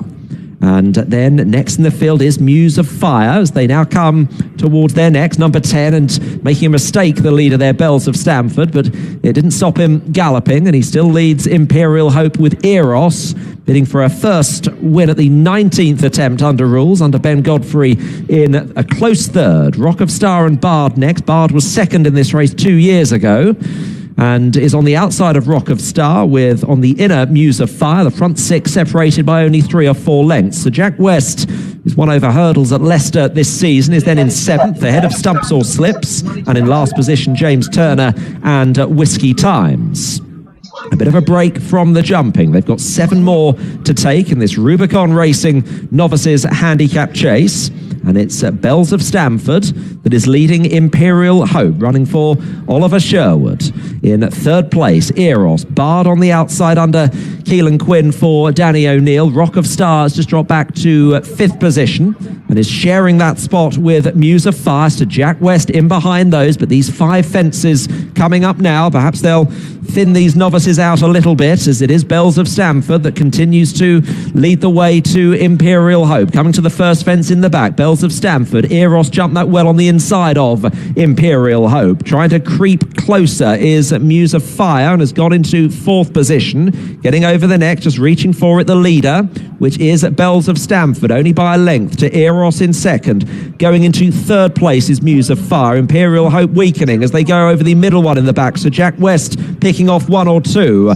4 left to take. Bells of Stamford with Eros threatening on the outside, and in behind Muse of Fire waiting to play a hand over in 3rd. So Jack West jumped through into 4th there, past Rock of Star and the fading Imperial Hope. Here's 3 out and matching strides now, Bells of Stamford and Eros. In 3rd place, Muse of Fire has got about 4 lengths, maybe 5 to find on the front 2. So Jack West in 4th, Rock of Star in 5th. They are clear of Whiskey Times, who's passed a few rivals. So turning for home, 2 to jump. Bells of Stamford with Eros on the outside. Bells of Stamford by half a length to Eros. They are clear. Rock of Star, Muse of Fire and Sir Jack West scrapping out placings at the moment. Bells of Stamford to Eros, who's never won a race before, and Bells of Stamford starting to take his measure here as they run down towards the 17th and final fence. It's Bells of Stamford and Alan Johns over 4 lengths clear of Eros. Sir Jack West has gone into 3rd, made a slight mistake at the last, but he's okay. A faller was Muse of Fire at the final fence. Bells of Stamford all out here, but 5 or 6 lengths clear of Eros, who's given it a good go. But Bells of Stamford too strong and wins for Tim Vaughan and Alan Johns. Bells of Stamford makes just about all. Eros 2nd. Sir Jack West will be home in 3rd. And 4th, Rock of Star, and then Whiskey Times. Yeah, well done to Ken there. Bells of Stamford, it is just outgunning Eros in that final quarter of a mile. No real time to dwell because we have to head back to Exeter for their next race. We're just a couple of minutes away from the 4:17. and runners are gathering down at the start. We'll have the full result in from Warwick, I beg your pardon, shortly. But over at Exeter, back over hurdles this time, and it's a staying race as well, nearly 3 miles ahead of 7 of them. Sporting Ace at even money is the market leader, with Gladiateur Alain at 130, Keeble at 5-1, Halifax at 7s, Ballymagroti Boy at 10-1, Rocco at 25-1, and Carlo Farmer at 66-1. Another short price favourite this time, Craig. It's Sporting Ace at 11-10. Yeah, his form's been solid all season, really, Gareth, and he's still on a competitive mark. The one slight worry is he just drifted a little bit off to his left in the latter stages when coming second here at the top of the bill on his most recent start. But when you look at the opposition today, Gladiator Alain got his stamina to prove. Keeble didn't win didn't finish second in the strongest of maidens. I know the front two were clear. Halifax doesn't find a great deal off the bridle. Ballymagroti Boy, I thought, was the danger, but then you look at Nigel Hawke's record at the track, and I think he's coming in at 2% with these runners here. Rocco's slightly interesting on old form. We used to see him running hard from the front over fences, but he's back over hurdles nowadays from a decent mark. I think Sporting Ace will win, Gareth, because I think it's a very, very strong race. Maybe chance Rocco to chase him home at a price. Okay, Rocco's at 25-1, Sporting Ace the 11-10 favourite. And very quickly, John, what did you like here at Exeter? Gladiator Allen has been really, really well backed, but a keen going type who's still got to prove he stays this trip. He's had a couple of goes at it in the past. I thought Sporting Ace was likeliest winner, but it's a bit skinny, and to be honest, this just wasn't a race I particularly liked. Keeble, very quick to go handicapping with the horse, but very weak in the market. Here we go. There are fan racing for the Virgin Bet Daily Price Boosts Handicap Hurdles, a Class 4 event. Carlo Farmer needing stoking up to go through the first few paces over this 2 mile, 7 furlong trip, coming up towards the first of... Carlo Farmer's gone. A faller at the first. Harry Reid had no chance there. Carlo Farmer is out of it. I'll just see whether he's carrying on in a moment or two. Hope Harry's all right. We'll report on that as soon as we can. Up the hill towards the second flight, Sporting Ace, Halifax, Gladiateur Alain, and Harry's up on his feet okay, which is good news. These are the first three then. Rocco in the green and maroon colours is racing in 4th place behind them. Keeble is 2 lengths behind him. Ballymagroti Boy is next as the runners make their way up the hill towards the home straight for the first time in this stamina-laden handicap hurdle. Sporting Ace, model of consistency, is the leader. Gladiateur Alain is on his outside, though. Halifax, still looking for that first win over hurdles. He's in 3rd place at the moment. Rocco on the inside is 4th. Keeble is towards the back. On the outside, Ballymagroti Boy. On the inside...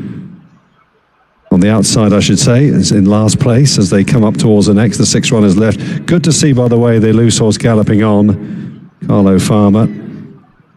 On they come towards the middle flight in the home straight on this first circuit here. Gladiateur Alain is going on now for David Noonan, just ahead of Sporting Ace and Nico de Boinville. Halifax, Connor Ring, close up in 3rd place as they cross over the last flight on the circuit. Keeble and Mihal Nolan replacing the sideline Tom O'Brien, to whom we send best wishes, is in 4th. On the inside of the course is Rocco, Ballymagroti Boy, a length behind him, and about 7 lengths would cover them, the 6 runners, who come up past us then, and have got a whole circuit, about 2 miles left to race here, as they move away from the grandstands. So Gladiateur Alain, who won here back in December of 2021, takes them down the hill. He leads narrowly from Sporting Ace on the inside, the black and red colours. Halifax on the outside, close up though, disputing second with him. Keeble in those famous Bartlett colours, blue and white diamonds, red cap, is on the outside of Rocco. Rocco looked like going places as a staying chaser at one stage when he won the Badger Beer at Wincanton, but something has not gone right with him since. He's not been the same horse, that's for sure. He's in last but one at the moment, Rocco, and the back mark is still Ballymagroti Boy, who's back over hurdles today, having unseated over fences last time. In the hands of Niall Houlihan here, as they race away towards the back straight now. So, about 8 lengths again would cover them, I reckon, here as they go down the hill. Gladiateur Alain, Halifax second, Sporting Ace the favourite, still in there going okay on the inside, is in third place. Keeble, who's making his third start over hurdles, having shown promise so far. He's in fourth, and then Rocco and Ballymcgrawty Boy just shaken up going down that hill. Now they're reaching the lowest point, and now they hit the rising ground again here on this famous galloping track. Gladiateur Alain, a super leap there by the leader, took them over that flight of hurdles. That was number 6, and he leads by a couple of lengths. Halifax in second. Over the third next is Sporting Ace. Just gets shaken up there briefly by Nico. Just maybe jumped that one a bit more slowly than he would have wanted. Keeble is closing on them, and these 4 are beginning to leave behind Rocco and Ballymcgrawty Boy as they approach the next flight. Gladiateur Alain is in a great rhythm in front. He jumped that beautifully. Leads by just over a length.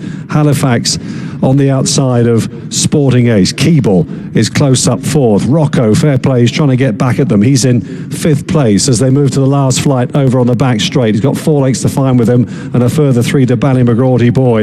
Oh, Keeble made a dreadful error there, and that's cost him a little bit of ground. He was just starting to make a move, but that was a poor jump, and he's lost ground on the leading trio, which are led by Gladiateur Alain.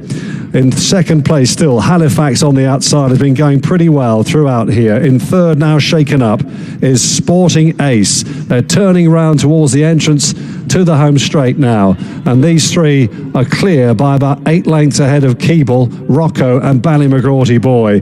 Down the home straight they come here, coming under pressure now. Gladiateur Alain, he's surrendered the lead. Halifax going on with Sporting Ace.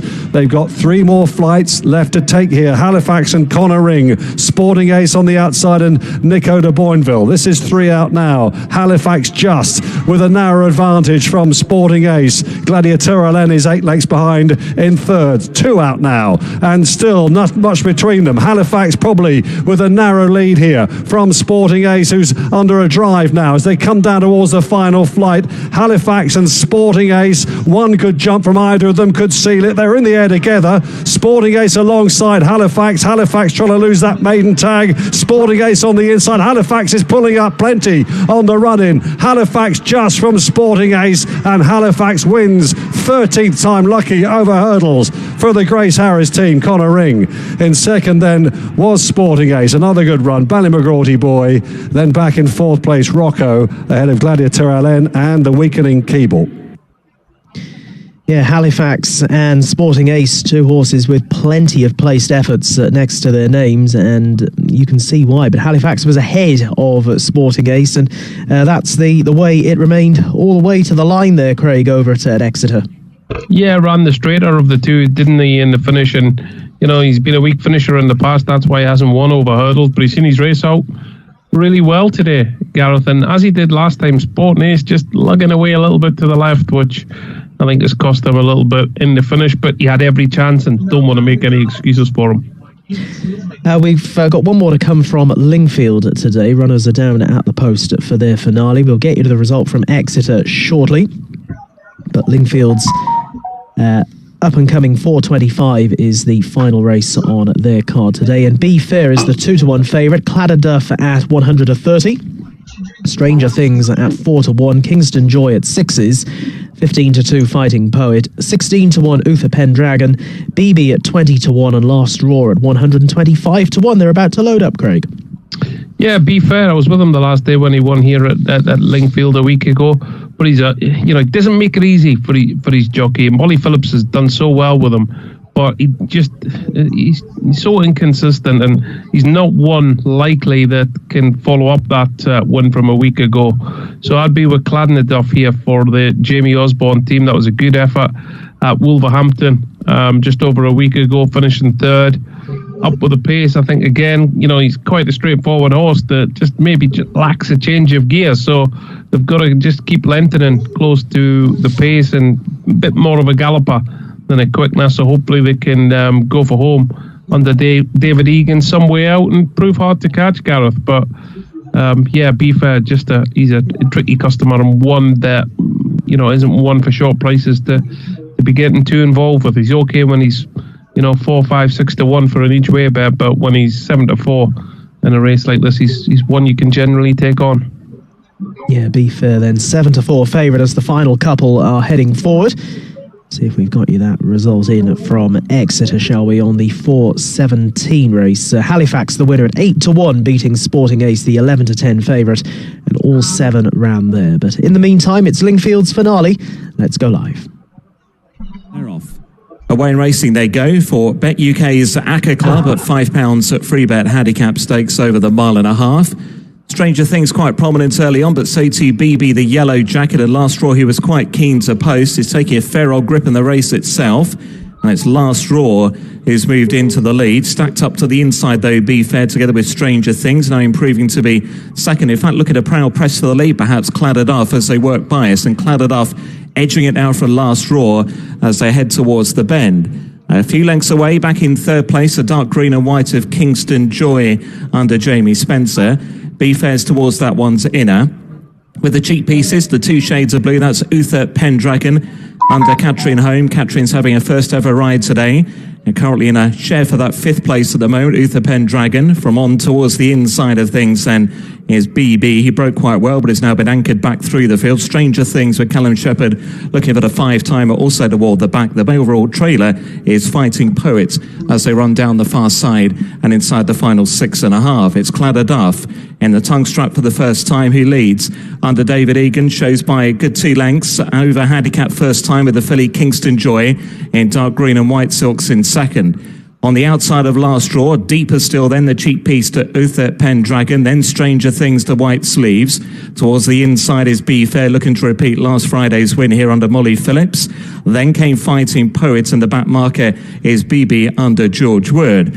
Right over on the far side of the track then, the field just slowed up a little going towards the final half a mile of the contest, being led by Claddered Off. Claddered Off shows the way from in second Kingston Joy. Last Straw to the inside, wider out than Uther Pendragon for the mare Stranger Things. Be Fair looking for that gap through, then BB and Fighting Poets. They go inside the final 3 furlongs. Now being pushed along is Claddered Off. Coming there going well is Kingston Joy. Right in behind is Be Fair, then Stranger Things. Uther Pendragon wider out. Last Straw losing its position. Fighting Poet now going by that one. BB's last on the turn for home. Kingston Joy, she'll lead them here under Spencer with a furlong and a half to go from Stranger Things in second place. Callum Shepherd looking to take aim. Be Fair back in third, trying to stay on. They're inside the last now. Kingston Joy trying to tough it out. Stranger Things is trying hard in second place. Then Be Fair. Fighting Poet trying to run on. It's Kingston Joy from the rally in Be Fair. It's Kingston Joy. Kingston Joy beat Be Fair. Home in third, Stranger Things, and then Fighting Poets and Uther Pendragon. It is Kingston Joy who goes on to land the spoils over at Lingfield. Alex done in for Gareth Topham for a little spell. Kingston Joy singing out well there, Craig. Certainly did. Alex travelled well off a strong pace. No complaints. The pace set by David Egan, because you're just that type of horse that doesn't quicken. So they've got to try and maximise his stamina and make plenty use of him. And all it's done really set the race up for Kingston Joy, who's travelled well and gets off the market the 4th time of asking. And as I said, Be Fair was with him last week, but he just isn't one you'd want to be with at a short price to back up. He can make it difficult for his jockeys, but Molly Phillips gets on so well with him. You off on your break now? I am indeed. See you soon. I won't take it personally. It's fine. Lingfield 4.25. Wrap up the SB shortly. We're off to Dundalk. 4.30 curvature, even money. 5 to 1 for Al Asni. It's 11 to 2 for Miss Caruso. 15 to 2 for Rebecca's Girl. Florida Tiger is 8s and 12s, and bigger the rest. And they're loading forward here. Jan, what do you fancy?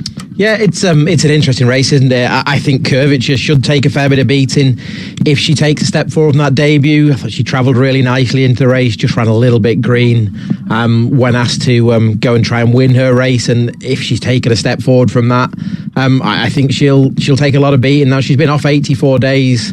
You thought they might have tried to go to the well again after it, but fair play. But the one I'm going to go with each way is Alasny, Joseph O'Brien's daughter of Caravaggio. I thought she ran a really nice race on debut, where she was doing some nice work late on. You know, she was beaten far enough, but I just thought around the 5-1 mark, she was a bit of an each way play for me in this race. If she takes that step forward, I think, you know, she could get pretty close to Curvature, if not beat her. And it's an open race. There's a few in here with chances, but I'm going to stick with Alasny each way. Second in, 5-1 here at Dundalk. Last call for bets for this 4:30. Had a choice of 2 naps today. I have gone with Curvature at even money. I thought it was a decent first run. I didn't think it was a great race. The other nap that I could have gone for was a much bigger price and has already won. So I was like that. We know how this one's going to go, don't we? Always plays out like this. Me and Sam Norris were of the same opinion, by the way. We both napped something else. Both had a fancy in the same race at Warwick. Finished first and second in the end, the 2 that we fancied. It wasn't the novice race, was it? Galahad Quest, it was for me. That's what I would have gone with. So it's one of those things where we were both watching it with sort of looking through our fingers. It was not pleasant. Anyway, let's hope Curvature wins anyway. There'll be some recompense, but we shall see. Even money, I just thought it was around about the right price. It was a rather safe nap, but you need some days where you just go, right, let's just find a winner. I had one of those last week at Dundalk. Horses Joseph O'Brien's. He'd shown miles more than anything else in the race. They were, I think it was 6-4, 5-4, and you just thought they were pretty safe. Yeah, doesn't always work like that. Sometimes you've got to take risks, sometimes you don't. Hard to get it right. Dundalk, 4:30 on the way. Wolverhampton, 4:35 after this.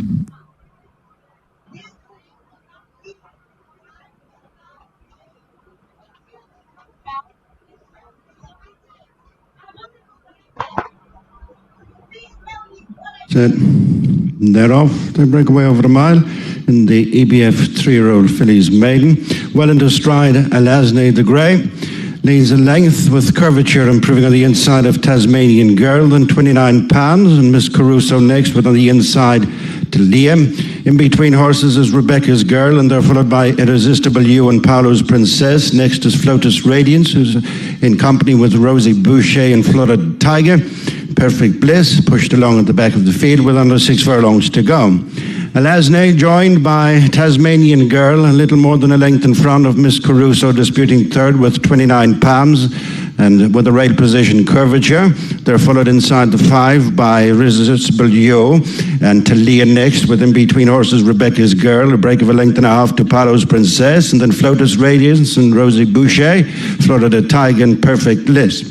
Reaching the halfway stage, and just the leader on the inside is Tasmanian Girl from Alasny the Grey. Miss Caruso improves on the outside of Curvature, followed by 29 pounds. Irresistible You nudged along ahead of Talia, and they're followed into the straight by Rebecca's Girl and Florida Tigers next as they straighten up for home, and they're coming spaced across the track. On the right, it is Tasmanian Girl, more to the centre, improving. With the white face is Curvature. On the left is Miss Caruso with Alasny next, then 29 pounds, and Talia stays on ahead of Flotus Radiance. They're being followed by Florida Tiger and Rebecca's Girl next with Irresistible You, and the near side has it. It's Miss Caruso from Curvature, Alasny in between them as they run up towards the finish. Not much between these two, Miss Caruso and Curvature. Miss Caruso, a neck too good for Curvature. Alasny third, then 29 pounds, and Flotus Radiance. Well, try to warn you, that was going to happen. You called it. Curvature runs a perfectly good race, but Miss Caruso, who, not just because she was close to the camera, she looks massive. Yeah. And I know that things closer to the camera, they do look bigger. I'm not an idiot. But close to the Sands Rail's the place to be at Dundalk this year as well. Yeah, and it's stayed on really nicely there to go on and land the spoils. Now, we've got action coming up from Wolverhampton, 4:35. It's their opening race. Interestingly, here in the studio, I don't have pictures yet, which is a bit of a worry. In arm, 6-5 at Wolves, Billy and 7-2, 4-1 My Boy Jack, Master Sully 13-2, bigger prices the rest. I do have pictures, and they're loading forward, Jan. Yeah, a bit of a boring one, but I thought in arm will take a fair bit of beating in this race. John Butler's brought over Danny Gilligan from Ireland to take the ride in this race. It's obviously a restricted riders race. You know what you're getting with this horse when the market's strong for him. If the market's weak, you tend to avoid him. But, you know, his last 3 or 4 runs have been decent. He got back on the winning track last time at Lingfield. I think the drop to 6 furlong is perfectly fine for him. He won at 6 a couple of runs back. He's more upside than most. Stall 11, probably not ideal, but I still think he'll take an awful lot of beating in this. Just about set at Wolves. and off. 6 furlongs in front of them for the Hanson Hills Apprentice handicap. Highland Lass, Dodgy Bob, first 2 to show. My Boy Jack giving chase with Savalas on the inside and Our Man in Havana between runners. In Arm from the widest draw and is dropped out towards the rear of the field at present with I Didn't Cost a Lot also in rear, as Dodgy Bob comes through to press Highland Lass heading towards the end of the back straights. My Boy Jack travelling well on the outside of Our Man in Havana and Savalas, the chasing trio, then Six of Hearts and Billion and Master Selly and In Arm, and I Didn't Cost a Lot is last and out of touch. Dodgy Bob leads them on the approach to the home straight, just over a quarter of a mile to go. My Boy Jack has moved up sides though, passing the 2, then follows Highland Lass and Savalas. In Arms making headway on the outside of Our Man in Havana as they level for home. My Boy Jack has stolen a couple of lengths on the field. Billion moving through on the inside to give chase. In Arm running on down the outside. It's My Boy Jack under Sam Fielden holding a 2-length advantage, running up towards the line. Billion the finisher on the inside. It'll be tight between My Boy Jack and Billion, also close for third with Our Man in Havana, In Arm and the grey Savalas involved. Well, My Boy Jack has never won a race, or at least before today. Certainly was tired crossing the line, but to be fair, had the race won before it really mattered. And My Boy Jack has won, I can confirm. It was close, but not quite close enough for a photo. Yeah, Sam Fielder's given him a really good ride, hasn't he, there? And he's made a big move that's proved a race-winning move, and the application of blinkers on this horse have worked the oracle, haven't they? And he's a lad that's riding a few winners at the minute, Sam Field. I think he's attached to Carl Burke's yard, and he's given that horse a really good ride there and showcased his talents for all to see. Runners are making their way down to the start at Warwick for the 440. Before we hear from John O'Connell on that, let's just wrap up some SPs for you. At Lingfield, Kingston Joy at 6-1, beat Be Fair, the 2-1 favourite. Stranger Things 9-2 back in third. At Dundalk, Miss Caruso at 9-2, beat Curvature, the even money favourite, and Al Asney was back in third at 5-1. And we'll wrap up the Wolves SPs shortly. It was close for third. Warwick 440, Baby Sage 100-30 joint favourite with Amabel's Dream. Only by Night 11-2, 6-1 for Most Agreeable. Time in the Sun 17-2, 9-1 for Lady Caro, 16-1, and bigger prices the remainder. They go without number 3. Cotton Easter does not run over at Warwick, and runners are down at the start. John O'Connell, hello, and what do you fancy at Warwick? Hello to you, Alex. Fairly quiet market. Baby Sage definitely the stronger of the two over Amabel's Dream. Baby Sage the Dan did win a bumper. It was actually quite a decent performer back in the day for Lucy Wooden on a mare called Baby Shine. This is the first of the offspring to actually get to the track. I'm normally a big fan of Fergal O'Brien in these races, and plenty of other races as well, but I wasn't hugely taken by Amabel's Dream debut effort at Wetherby. It was a junior bumper over 1.5 miles, soft ground, so different conditions today. But the form's taken a couple of knocks. The winner and the fourth haven't really shown much since, so I was happy enough to go away from those ones. I'll probably... Where are you? Here comes Ken, I think. There's Ken on the line. Goodness me. Ken, who are you with and why are they so loud? No, just loads of people here, Alex, which is very good for the week, for Friday. It is. It's a decent race. I do like Baby Sage. I think she's quite a nice, attractive daughter of Fleming's First. She's done plenty of work. She looks like she knows her. She knows what's to expect. Lady Carla, that's a nice filly, a nice big mare. Might just come on for the run, but she's got a lovely physique about her. I do like her. I do like Time in the Sun as well. Quite a tall daughter of Getaway, but again, for a Henry Daly horse, you didn't have to look twice. She was fit. So yeah, there's quite a nice bunch of mares on show here, Gareth. Alex, sorry. It's all right. Ken, anything on Twyford's Diamond, number 13? Twyford's Diamond, I had it fit, but a little green, I felt with that one. Okay, thank you. Okay, so selection cab, what would it be? I'll go Baby Sage. I thought she looked ready to go. Alan King's got a decent record around with bumpers here, so yeah, I'd go Baby Sage for me, Alex. Okay, thank you, Ken. Thank you, John. What was your pick going to be? Well, I was half interested in Twyford's Diamond, although I'd rather Ken said she wasn't green. The yard can do okay in bumpers. A couple of market moves I've got to mention. One is the weakness for Amabel's Dream. The other is a strength for Subtle Fortune. Mel Rowley has struggled this year for bumper winners, but he's had plenty in the past. There's a lot of confidence seemingly behind Subtle Fortune number 10. Let's see how they go. Boffin racing at Warwick. But he's trying to get her back on an even keel, but she shied away into the open space. But she's back going nicely enough in second now behind Subtle Fortune, trying to tuck in. Crazy Mary is up there. So too is Charmian's Place, the white face, dark and light blue colours. Running quite keenly in midfield is Amabel's Dream, yellow with the green braces, Jack Hogan. That race is in company with Time in the Sun, a red cap, and with those is Most Agreeable. But it is Subtle Fortune that leads Crazy Mary, Miss Chawner, and Charmian's Place. In fifth is Baby Sage, the maroon and black. Twyford's Diamond on the outside of Only by Night. Most Agreeable, Time in the Sun. And then Amabel's Dream. And Amabel's Dream has got Lady Caro behind, and Scirocco's Magic Gem is just about last of all, as they now run away from us with Subtle Fortune, a half-sister to Saturday's Grade 2 Prestige winner, Making Your Mind Up. And Subtle Fortune making her debut today and is in front by a length to Crazy Mary with a run under her belt in second. And then Charmian's Place in third just with Miss Chawner on that one's inner.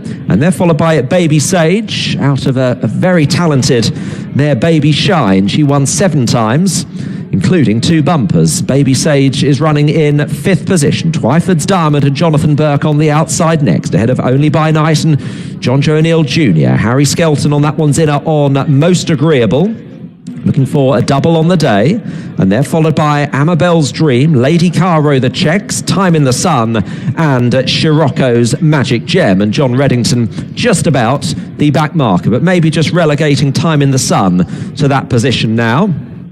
And it is still Crazy Mary and Subtle Fortune that share the lead here, and just pressing on a little bit with, in third position, that is Charmian's Place. And running very greenly at the back of the field is Time in the Sun, is becoming detached. Baby Sage going into fourth. Miss Chawner losing a couple of places, being driven along as they're now heading down the back straight. As they do so, Crazy Mary is engaging Subtle Fortune.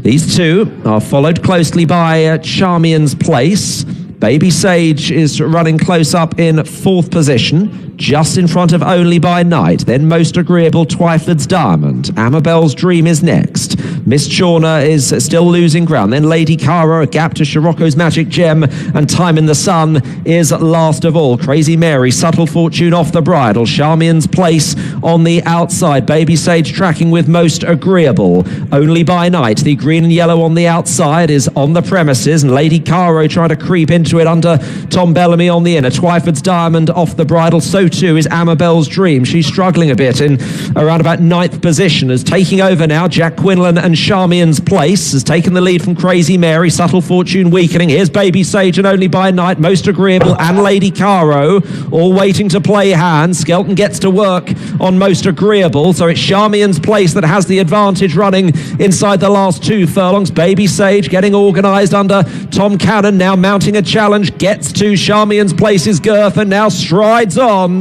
Baby Sage takes over to Charmian's Place. They're clear of Only by Night. Lady Caro going into fourth, then Most Agreeable, but Baby Sage is now striding away, opening up from Charmian's Place, who's run well in second, then Only by Night staying on, but Baby Sage has got it sewn up for Berks and Siders and Alan King. Tom Cannon aboard. Baby Sage, a winning start and a clear win as well to Charmian's Place second, Only by Night third, Lady Caro in fourth.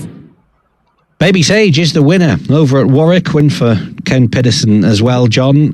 Really did do that quite nicely in the end. Still sort of getting the hang of things as well, but there's clearly a lot of ability there. Absolutely, yeah. Alan King normally gets a decent bumper mare each season, and this looks like it could be the one for this year. The Dan Baby Shine was useful in this sphere and then over hurdles as well, but yeah, it looks a nice type. The market told us plenty about Amabel's Dream, who was well beaten in the end, but that's probably a decent bumper before we've just seen that, Alex. Won it with plenty of authority, and you wouldn't be surprised if she rocks up at Aintree for the mayor's bumper there in a couple of months' time. No, very true. And it is always hard to know at this stage of proceedings, just how good a bumper could be. But the fact that there were a few there that were well related and well backed, and one or two who had triggered a little bit of market support, and the fact that Baby Sage has done that not just so nicely, but also just giving the impression that she's going to learn quite a bit from that first day at school as well. She's strong through the line. She's certainly a tracker horse, isn't she? Yeah, she's won it by best part of 10 lengths in the end, and the second and third have pulled clear. They were, from being fairly bunched with about 3 or 4 furlongs to go, there's suddenly big gaps have appeared, which is normally a good sign. There was a bit of money ran for a couple from behind her, so all in all, yeah, not at all a bad performance from Baby Sage. There's been some nice types on the card here at Warwick today, and that's certainly up amongst them. We'll wrap up the SP shortly. We're off to Exeter pretty soon for their 450. Just going back to the drama from Exeter earlier, John, which I'm sure has been extensively mentioned on air. But I've been sat out in the office all day and watching the drama unfold. Was the end decision of result stands purely because there was nothing on there were no markers out, basically, for whether they should go around that rail or not? Oh, at Warwick earlier. Yes, yeah. Sorry, not Exeter. That was Warwick. Yeah. I'm pretty sure that was it. We just heard, I was expecting after the steward's inquiry was announced, I thought this would be going on till after the second race. But Ken confirmed pretty quickly that the result stood before the second race was run. And he said it was because the steward said that which would denote the marker for the hurdles course, wasn't there. Mm-hmm. So given that, the stewards have probably thought, well, Chris wasn't to blame because we didn't put the marker in. And I don't suppose any horse or rider really gained a huge advantage from going either side of the rail. So they thought the obvious thing to do and the best thing to do was to just say results stood. Because there were a couple of jockeys went one way on the first circuit and then went the other way in the second circuit. I did notice that when we were watching it live, because obviously it was quite early in the race that the drama happened, and then you're thinking, well, are they going to stick to their gun? You decide to either try and make the situation right. Well, set then at Wolves, they'll be moving forward shortly for this 5-10. Dundalk, Mulgrave 9-2, Ransom 11-10, favourite Rocky Dreams 16-1. Warwick's 5:15 running hot on the heels of this contest as well, where Fortune Forever is 2-1. It's 3-1 for Rogue Queen. Omaha Wish 7-2, 8-1 for Telepathic, and 9s for Hubble Trouble. Circus Moon is 18-1, and so is Vivid Pink. 20-1 Energy 2.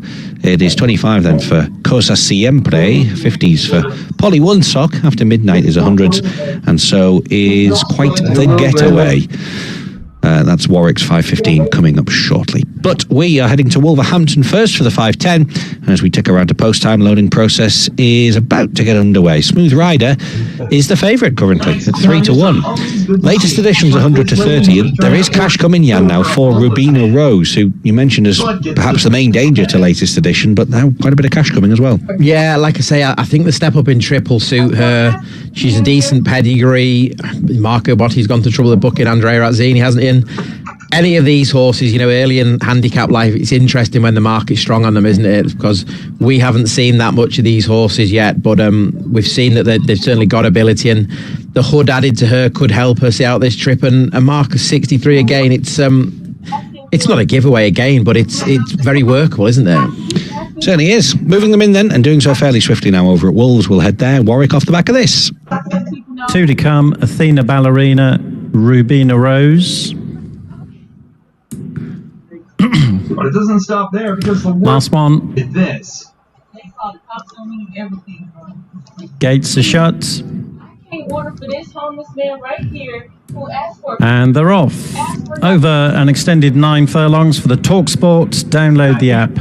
Handicap Stakes. Bruno the Red is the first to show, with Smooth Rider one off the rail and top of the class on the rail, settling second and third ahead of latest edition. Then Athena Ballerina, Rubina Rose held up quite keen early on, and Communication is also keen and dropped out as Bruno the Red led them around the first left-hander. Smooth Rider runs second, top of the class on the rail is third, then latest edition, Athena Ballerina and Rubina Rose with a noseband, and finally Communication. Bruno the Red, having got to the front, is setting only steady fractions and leads with just under 6 furlongs to go as they level off to race down the back. Smooth Rider tracks the leader, then follows Top of the Class and Latest Edition in a share of third. Athena Ballerina right behind them.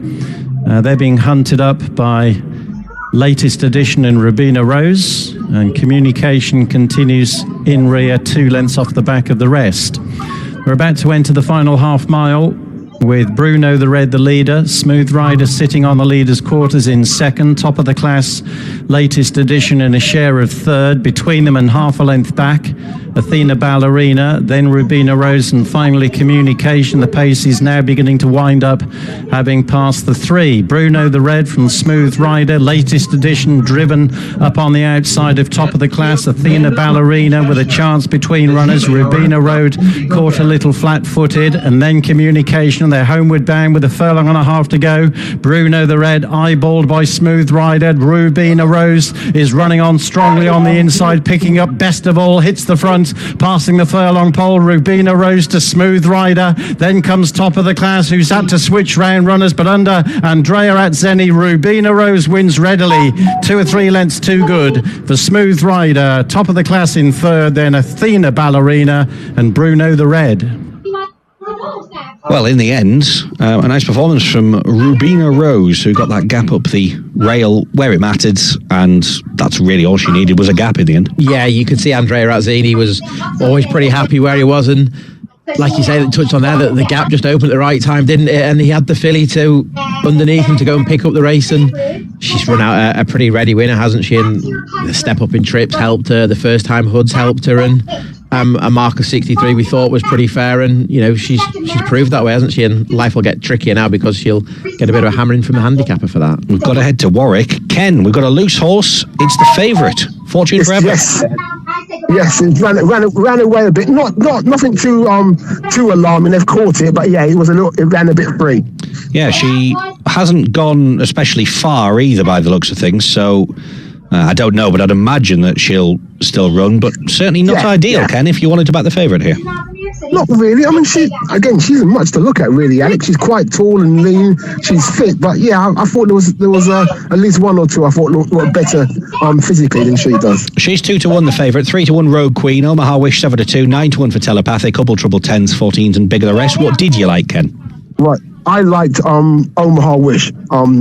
She looks fit. She looks like she knows her job. I liked her a lot. I did like Rogue Queen again. She's quite a nice filly. She's fit. She's done plenty of work from the Harry Whittingham yard. So those are 2 fillies that I liked against the favourite. I thought those are the 2 I liked. The fittest horse is Energy 2, but she's very small. She's a tiny little thing, but she's very fit. And I didn't like Hubble Top Trouble, very thick green, just looked like a nervous type. So yeah, I wasn't taken by the Harry Fry representative. Okay, selection wise, what would it be? I'm definitely going to go for Omaha Wish. Okay, yeah, you sound like you like that one, to be fair. You liked the one in the previous race as well, and that was an impressive winner. Yes, she looked the part, a little bit green in the race, but once she got the hang of things, she really picked up and put daylight between her and the rest. So yeah, she could be quite useful. John O'Connell, what did you fancy in this Warwick race? Probably just about sided with Rogue Queen, who I thought the debut effort back in the autumn wasn't a bad little run. Darryl Jacobs has come along to ride the mare again today.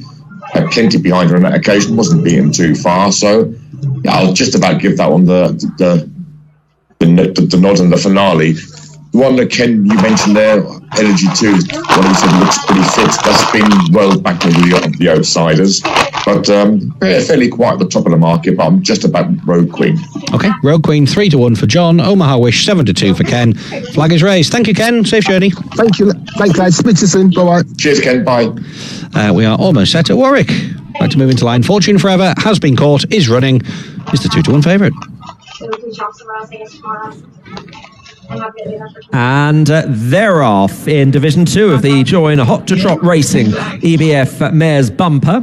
And early on, Polly One Sock is at the head of the field. Telepathique is keen to go faster than Bryony Frost is prepared to let her. The grey jacket on the left, on the outside of the field, with Rogue Queen. As Polly One Sock leads the way with Circus Moon, the red with a white sash, sheepskin noseband. That one's running in company with Energy 2. Vivid Pink is restrained in last position. Hubble Trouble, Omaha Wish also towards the back as Polly One Sock and Alex Edwards lead the way to quite the getaway. That's the grey, sharing second with Telepathique, who still wants to go quicker and is tugging her way closer to the front into second. Circus Moon in fourth. Rogue Queen is red and white in fifth position, and that one is just ahead of Energy 2. Energy 2 is in company with Cosa Siempre. That is the maroon and white silks with Fortune Forever and Patty Brennan on the outside. A red sash on a black jacket ahead of Omaha Wish. After Midnight's just off the bridle. Green and white pushed along. Hubble Trouble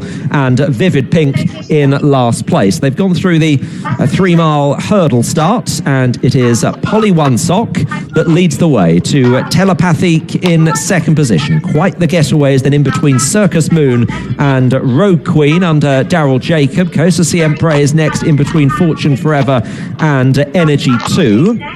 And they're followed by Omaha Wish. Harry Skelton anchoring that one towards the back with After Midnight on her inner. And then Hubble Trouble, Purple Sleeves, Lorcan Murta and Tom Bellamy in last on Vivid Pink, wearing a hood today for trainer Alan King, who won the first division.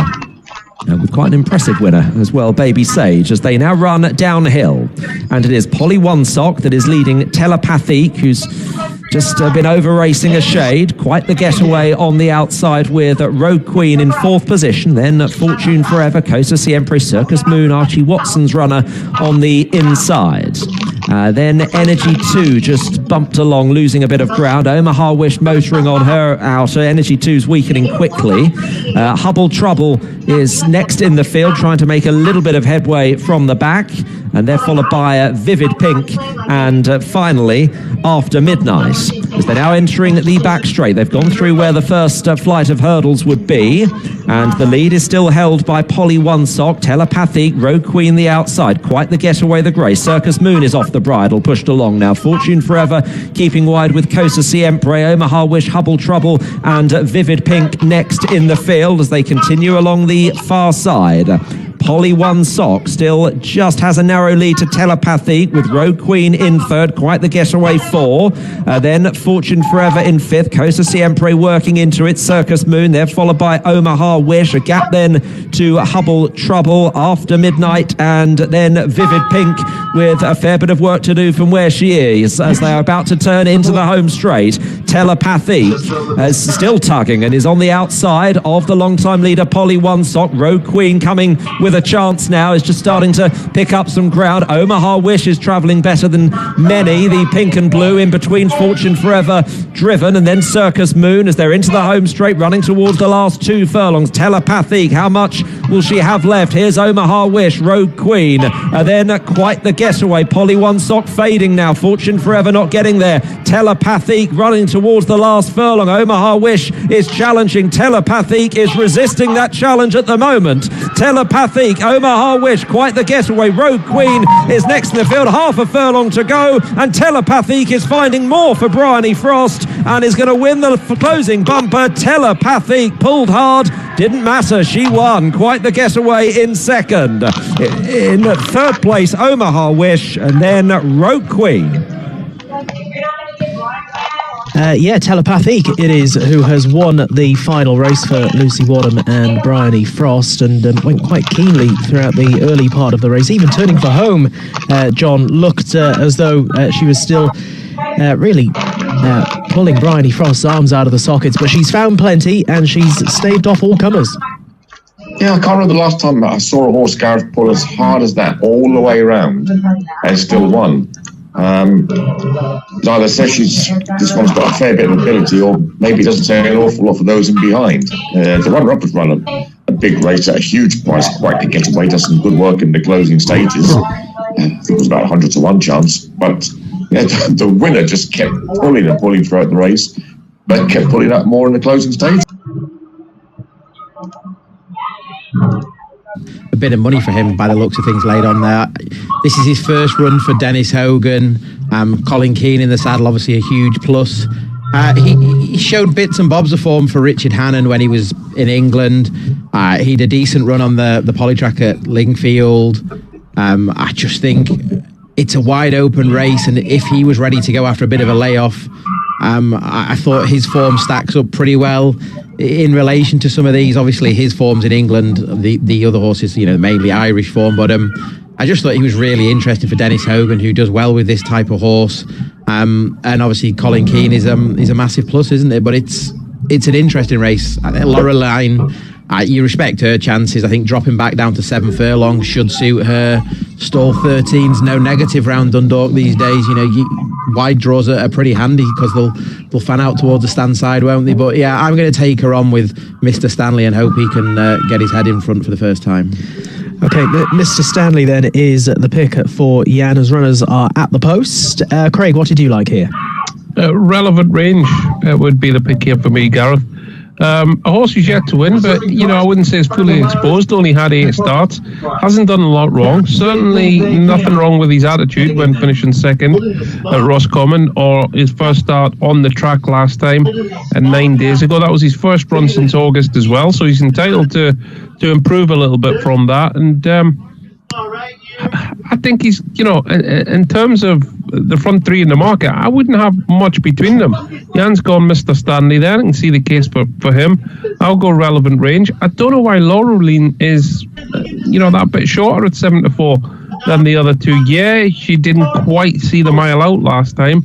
And the drop back to 7's got to be a plus. But overall, I didn't think her form was any better, really, than the two right behind her in the market, relevant range and Mr. Stanley.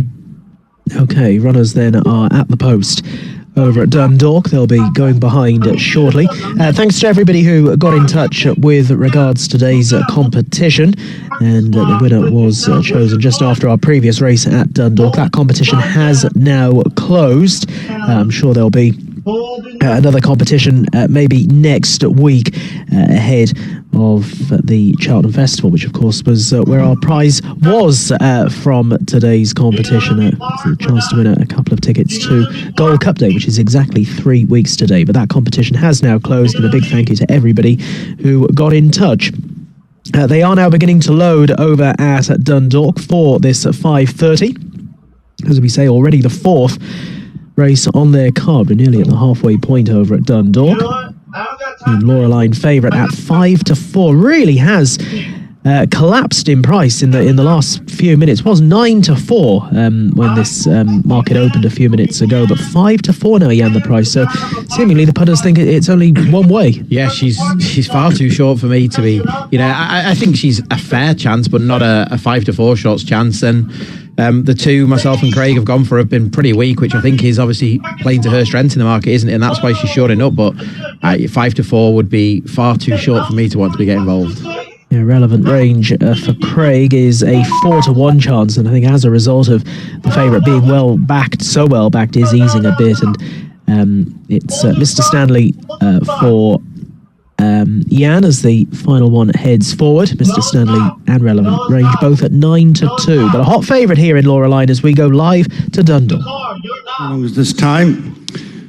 In it together at a tardy beginning, also driven at the back of the field is Carriaz up front. It is Mr. Stanley disputing the lead with alongside. It's Expound as they continue down the back straight, Surviving Mermans races up to the pair. They're followed by El Campeador. Handy in behind them is Laureline. Surviving Mermans, the grey, takes over the running, followed by Mr. Stanley. Expound next with Laureline, and then El Campeador, and they're followed across towards the 4 furlong point by Made to Shine, relevant range, Ariana next. Another grey in the race is Maggie and Me. They're followed by Military Crown and In the Balance next with In It Together. They're followed past halfway as Shinandine and Curryhouse the back market. In front by 2 lengths, hitting the straight is Surviving Murmansk, followed by Mr. Stanley Expound. Lorelei now being wound up to try and make inroads. They're followed by El Campiador and Made a Shine, and Relative Range goes for the inside with just over 2 furlongs to go. Surviving Murmansk is cut down by Expound, and they're followed by Mr. Stanley. Made to Shine makes ground ahead of Lorelei. Relevant Range over the far side with El Campiador, as Made to Shine wears them down in the middle of the track. From Surviving Murmansk, and on the far side is Relevant Range, but it is Made to Shine and Jack Carney in front, and puts the win on the board. Second, Relevant Range, judged for the third, Lorelei. Surviving Murmansk in the next pound, Nariana. Big deal. But this next Yeah, Made to Shine it is, who digs deep in the closing stages and holds them all off, Craig. Records a comfortable enough win. Yeah, I think track position was a big part of that, and she was always well placed, attacking down the middle of the track. A little bit disappointing that, coming into the race, she was only rated 57, and the 3 horses we talked about heading up the market were all rated in the mid 70s. So probably a disappointing outcome for the race, but Made to Shine, she's done it well, and she's quite a big filly by Dandy Man that might just be improving at the age of 4. Indeed, and the big gamble of the race, Jan Lorelei, it never really looked like coming off. No, she was in the right position on the track, wasn't she? You couldn't put that down as a factor.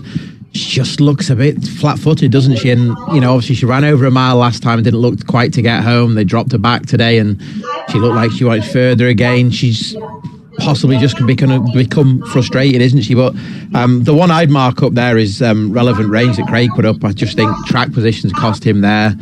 Billy Lee stuck to the inside, as close to the inside as he dared to, hasn't he? And I think that's proved a big factor in the end. I think he's run a massive race in second, but Made to Shine winning it for mark of 57, it takes a little bit of a gloss off the race, doesn't it? Because it doesn't say a great deal about the ones behind, but like touched on, maybe she's just taken a massive step forward. Yeah, it could be the case. Full result to follow from Dundalk.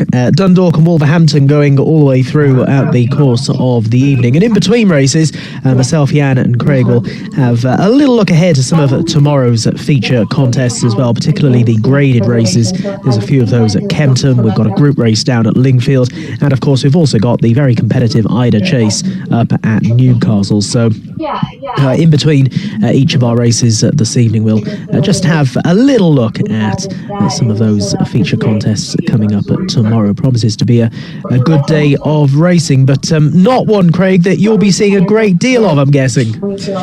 No. If the first bottle or can isn't open by 9:20, there'll be a steward's inquiry. I like the honesty. It's a perfect Saturday. I'm supplying the food. We're going to get some bacon rolls and some sausage rolls to take, so we'll get a bit of a line-in going on the old stomach. But after that, I've got Ryan with us, so it'll be nothing silly, Gareth. No. So sort of what does the day entail? Obviously, you've got the train journey down. It'll be an early enough start. It will be, yeah, just after 9, and I think we're due in just after 1. Get up to the hotel, get rid of the bags and everything, get a secure place to hide the tickets, and just head out and see where it takes us. I think maybe Covent Garden for a couple, and then head up to Trafalgar Square. Sounds very good. Sounds very good indeed. That result in from Dundalk, Made to Shine at 10-1, Relevant Range at 9-2, and Lorelei at 5-4 favourite was back in third there. That was the action at Dundalk. We're going to be heading over to Wolverhampton for their next race. She's shown a really good attitude there, Daisy, to back up that win in Ireland on her first start in England. But I think a lot of it was down to the fact she was just really well positioned, but I'm not sure it was much of a race, was it, to be honest? Supermo just looks pretty slow. I think the second horse is Lexington Hero. He's taken a step forward from that run in the cellar, and he'll be of interest into handicaps if he gets a fair enough mark. But we're taking off away from Daisy there. She's hit the line pretty strong, hasn't she, going away, and a decent enough performance with a penalty for her. Yeah, Daisy is home in front. and wins at odds of 15-8, beating Lexington Hero at 11-4. Supermo at 15-8 was back in third. The first and third, they're returning as joint favourites. Non-runners were 4, 7 and 9, and 8 ran. We've had an email in. This is from Chef Andy, who says, hi team at William Hill. He says, I mentioned in my email on Monday that we were hoping to complete the sale of our restaurant this week, and we've just completed. Good stuff, Chef Andy. Hurrah, hurrah, he says. Why do these things always happen on a Friday afternoon? Anyway, we've got a great gastronomic project lined up, and we've been working on it for some time. More later. He says, so moving on, my nap of the week, Darkside Prince won, emailed in on the 21st of February, he says, and I took 7-2. Today, I've taken 33-1 each way, paying 4 places on Rebel Redemption in the lucky last at Wolverhampton. I tipped him last time, and when he ran, he came 14th out of 14. He has a habit of coming last or almost last. It's extremely unlikely that he'll win, but I hope the Rebel will redeem himself by finishing in the top 4, in which case I'll get a fair return. A whimsical bet, at least today, for a very happy Chef Andy. Well, congratulations with the completion, Andy. We wish you well with Rebel Redemption later on. And yeah, it just goes to show when you've got an extra place on offer, it can sort of entice you forward sometimes where maybe normally you wouldn't bother. Yeah, like you can have a look at those bigger priced horses, can't you? Because you're getting that extra concession, aren't you, to it? And it's pretty handy for punters wanting to play each way, isn't it? Definitely. So that's to look forward to a little bit later on. Dundalk coming up at 6 o'clock. I just want to go back to some of tomorrow's feature races. We'll stay at Lingfield because around about half an hour or so before the Winter Derby, we've got the big listed sprint race, and Tone the Barone is the current favourite at 3-1 with Alligator Alley at 4-1. Miss Nay Never is in at 9-2 with Arecibo at 11-2. 11-2 also the price for Exalted Angel, 10-1 and bigger the other runners. And Craig, we had a horse run earlier on today at Lingfield, which was sent off at a short price, representing these connections. It didn't quite come off earlier, but Tone the Barone is quite a bit classier a sort and arrives in winning form himself, having struck in Class 2 company at Wolverhampton last time, and now takes a step up in grade. Yeah, he moves into to listed companies, progressive in terms of handicaps. I think he won a conditions race at Wolverhampton as well, somewhere along the line. He's been a useful performer. Can he bridge the gap? He's £7 worse off with Alligator Alley from their recent meeting, Gareth. So I think he needs to take a step forward to win this, in all honesty. I think the Quins have got an interesting runner all the way down to Lingfield. Miss Nay Never, she's very progressive. She's won handicaps in good style, albeit the last one was still only at Class 3 level. But they're going here in search of some black type, and who can blame them? The form she's been in of late. So it's an interesting little race. I think there's more to come from Kim and Grace this year. Yeah, she's having a first run for of the season for Richard Hughes. I like the way she was progressing last year. She's another one that has the potential to bridge the gap into a weakish listed race. So yeah, I wouldn't have any strong thoughts at this stage, but I certainly think it's an interesting event tomorrow. John Quinn won this a couple of years ago with Lord Ridderford, and obviously, as Craig was saying, has Miss Nay Never here. She'd be the sort of one of the most prolific recent winners in this lineup, but it has been at quite a bit lower a grade. Yeah, that's the thing, isn't it? She's been winning handicaps, but she's thriving at the minute, isn't she? And if ever she deserves a shot at the listed race, this is it, isn't it? While you're in this form, you might not be in the form again when a race comes round. So I think it's a pretty decent shout to run her in this race, because it's wide open. It's a lot of handicap form on offer to us, isn't there? Often in these races, you can find a horse taking a step down from group company who hasn't won for a while, or you might find a listed winner with a penalty. But it's handicap form, isn't it? Likes of Alligator Alley, Exalted Angel, Tone the Barone.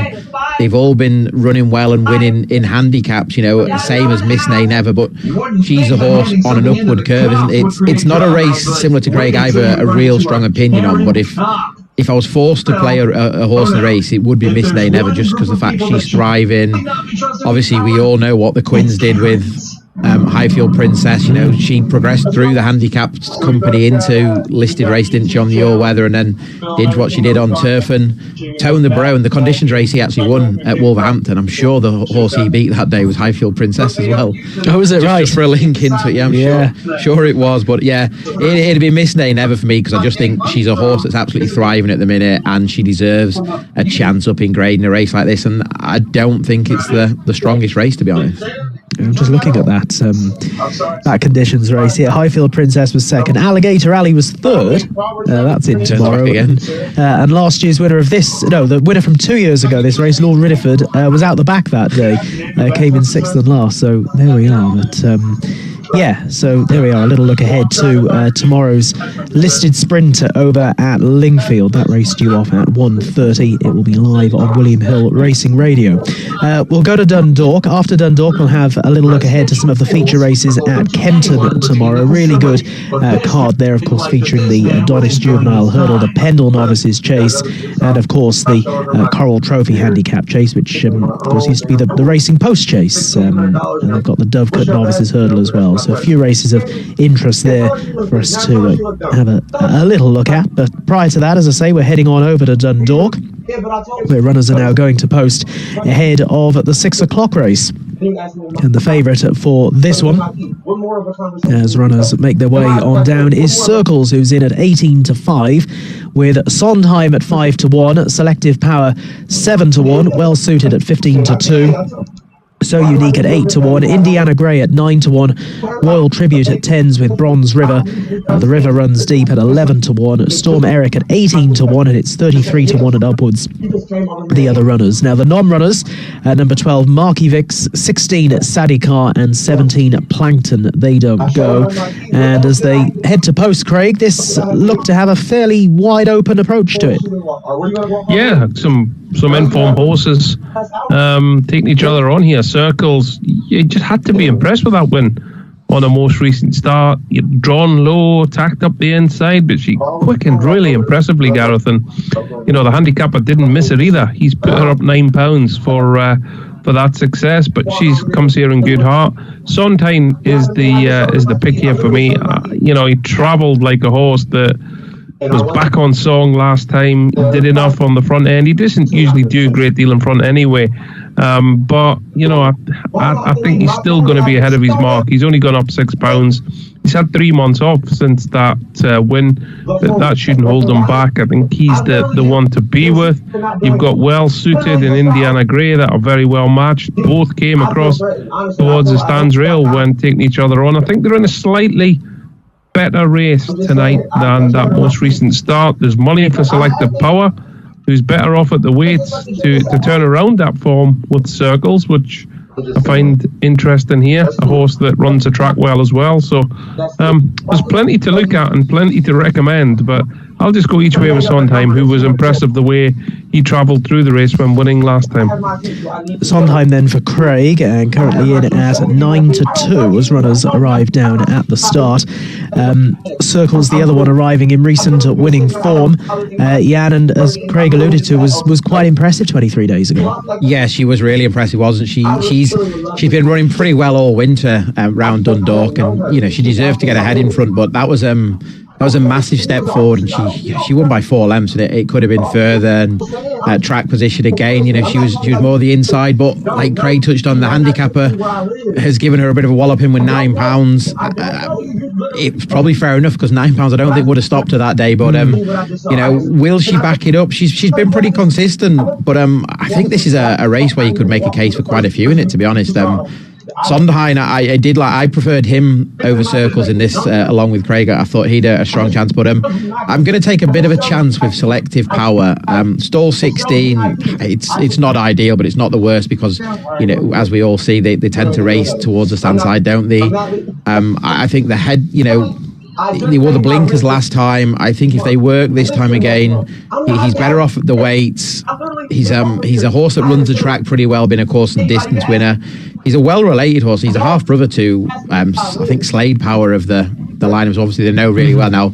This horse is rated 55, so he's got an awful long way to get anywhere near that. But I just thought at the prices, I'd rather take a chance on a horse each way, and it'd be Selective Power each way for me in this race. Okay, Selective Power then, from a good family, and they continue to head behind over at Dundalk. Selective Power is 7-1, Sondheim at 11-2, so some alternatives here other than the favourite Circles, who is a 7-2 chance and has been backed in from 9-2, so quite strong in the market as the runners continue to go behind. Caesar's Comet will be next in. There aren't too many more out of line for this pretty open-looking handicap event.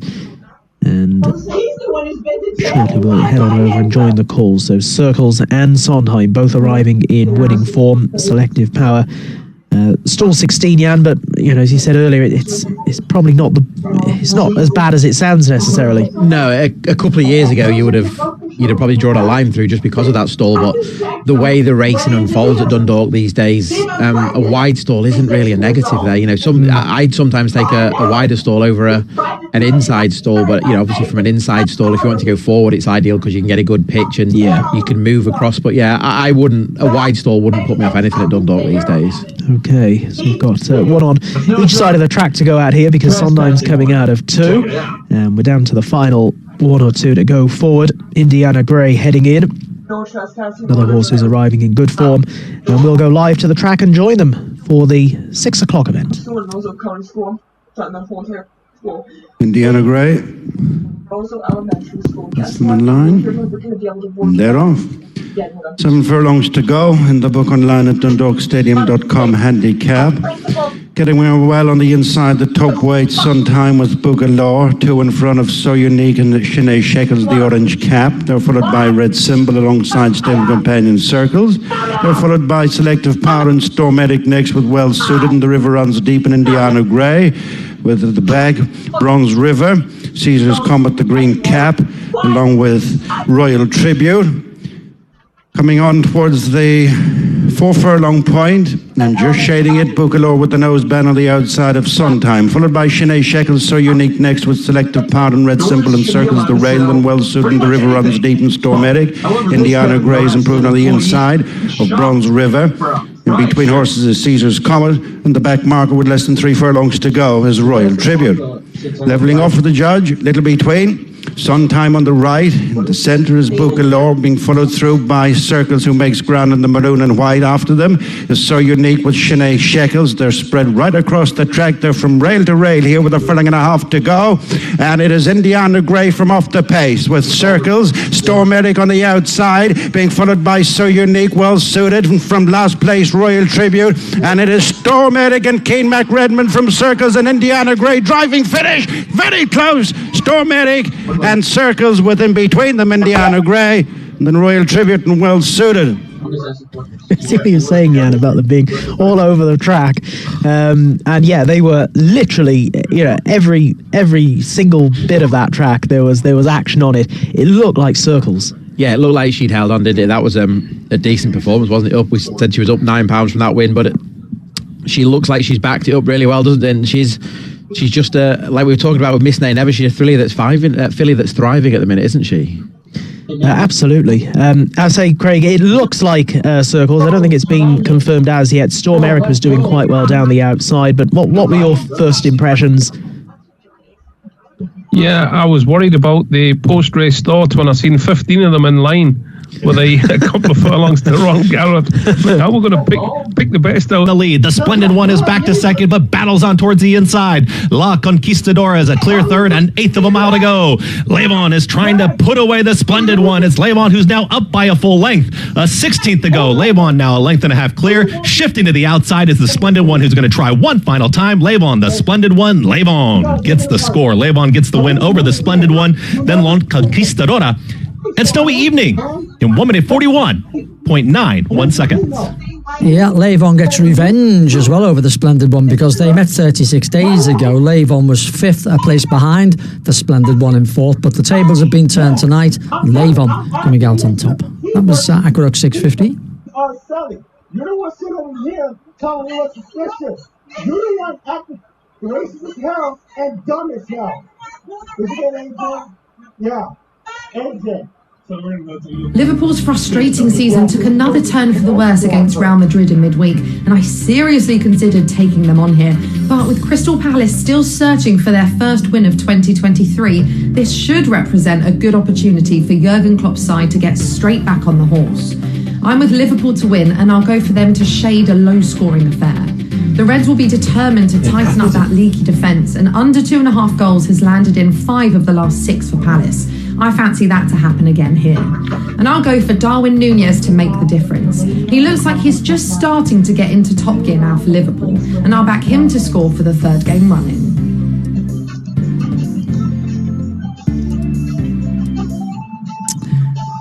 Yeah, plenty of action taking place over the weekend and afternoon and evening, and that is on Saturday evening. The late kickoff there, 7:45. So Nicole, she's been in red hot form, and she goes for Liverpool to bounce back and win after that disappointing outcome against Real Madrid. Liverpool to win, Núñez to score, and under 2.5 goals. Let's look ahead to that match of the weekend. By then, of course, you might already be in Clover. Fulham and Wolves tonight, of course. We've got the epic value for you there. 1 to 4 out to evens for plus card holders for Fulham to score. That's all they need to do. You don't need to predict the outcome of the match. As long as Fulham score a goal, up to a tenner, plus card holders, you can have even money. And that is later on this evening at 8 o'clock.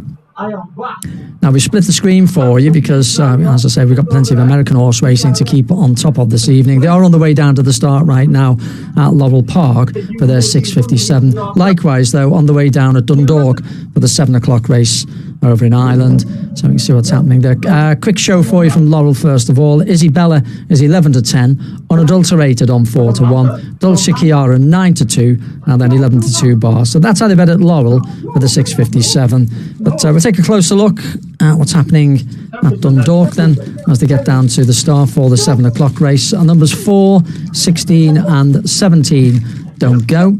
So early strikeout, and those reserves, Music Magic and Siofra at Dundalk. A race in which it's 130 the field. Wonder Spirit, the 100 to 30 favourite as they go down. Power Drive, horse number 2, that's a 4 to 1, and also on 4 to 1 is Numidia. Peter Lawler double-handed. Joey Sheridan on board Numidia, who was a winner 2 weeks ago. 13 to 2 then for number 13 on the card, Dr. Patrick. It's 7s then together Acclaim, 9 to 1 Final Fantasy, and it is 12 to 1 and upwards for the rest of them at Dundalk. So time is now 6:57, so 3 minutes to the off at Dundalk. And well, the American race should be off really, but as is often the case, stateside, they do tend to be a little bit late. So you've still got time to get your bets on at Laurel Park for their 6:57 race. And we see the runners come into view, no doubt, in a moment or two ahead of that contest coming up very shortly. The 6:57, the starter optional claimer. Elsewhere, greyhound-wise, Romford, 6:58. They're putting them into the traps there very quickly for the 6:58 at Romford. And our other channel, 13 to 8 there for trap 3, My Little Ivy. So you follow the greyhounds visually. We had a look at the runners there at Dundalk. That favourite at Laurel Park, Isabella, seems to be plenty short enough. Comes into the race on the back of a victory 3 weeks ago, Isabella. And that was over 7 furlongs. No problems with the trip, of course, because it's won over a mile in the past, but that last victory coming over 7 furlongs. It was running on strongly at the finish as well 3 weeks ago when it won, Isabella. So she looks pretty nailed on to try and make a bold bid here to win. She looks the one. And we'll dive in there and head back on over to Dundalk. The next race at Dundalk is the 7 o'clock. It's the penultimate on their card, and runners are down at the post. Wonder Spirit is the 130 favourite here, with Power Drive at 4 to 1, Numidia at 9 to 2, Together Acclaim at 7 to 1, Dr. Patrick at 8 to 1. That's drifted out from 5s. 9 to 1 Final Fantasy, and it's 14 to 1 and upwards the other runners. The withdrawals here, numbers 4, Early Strike, 16, Music Magic, and 17, Shofra. They don't run, but 14 do. And yeah, they're at the post, right in front of the stands. Yeah, real trappy race, this, isn't it? Obviously, Wonder Spirit was a a gritty winner last time, up a few pounds, but he remains pretty well handicapped on some of his form last year. One that I like in this race is Dr. Patrick. However, he's a horse that likes to race prominently, and stall 17 might not be ideal for that reason because of where the stalls are. You're pretty quickly into a bend here. It would slightly temper the enthusiasm. I'll stick with him because I think he's a horse who, off a mark of 47, is still well handicapped and can win off this mark. Stall 17 does slightly temper the enthusiasm, but it's Dr. Patrick, and hopefully if he tries to go prominent on him, he can get to the lead. If not, he could be trapped pretty wide and could be game over early. Yeah, it's one of those, isn't it? You've got to know where you are from a very early stage, I think. They are heading in. Craig, what did you like here? Change in this world, and there's a very Are you muted, Craig? I'm talking to myself, Gareth. It's always nice at this time of night. Numidia for me, Gareth. It was a good winner over the mile here last time. Indiana Grain, well suited. You know, they've ran very well in an earlier race on the card, both finishing alongside each other to suggest, or certainly show enough to suggest, that was a strong enough race here that Numidia won 2 weeks ago. So, off a £4 higher mark, I think he could be one to stick with. Okay, another who's drawn fairly wide, 14 for Numidia, Dr. Patrick 17 as they are heading behind. It's interesting because a couple of the market principles, they're drawn, as low as can be in 1 and 2, Wonder Spirit out of 2, Power Drive in 1, Numidia 14, Dr. Patrick 17, and Together Acclaim in 15. So those, and then Final Fantasy in 16. So yeah, those sort of up towards the head of the market. They're generally either drawn very close to the inside or very wide. So could be an interesting charge towards that first bend. Last couple heading forward, including the aforementioned Wonder Spirit. We'll go live to the track and join Jerry.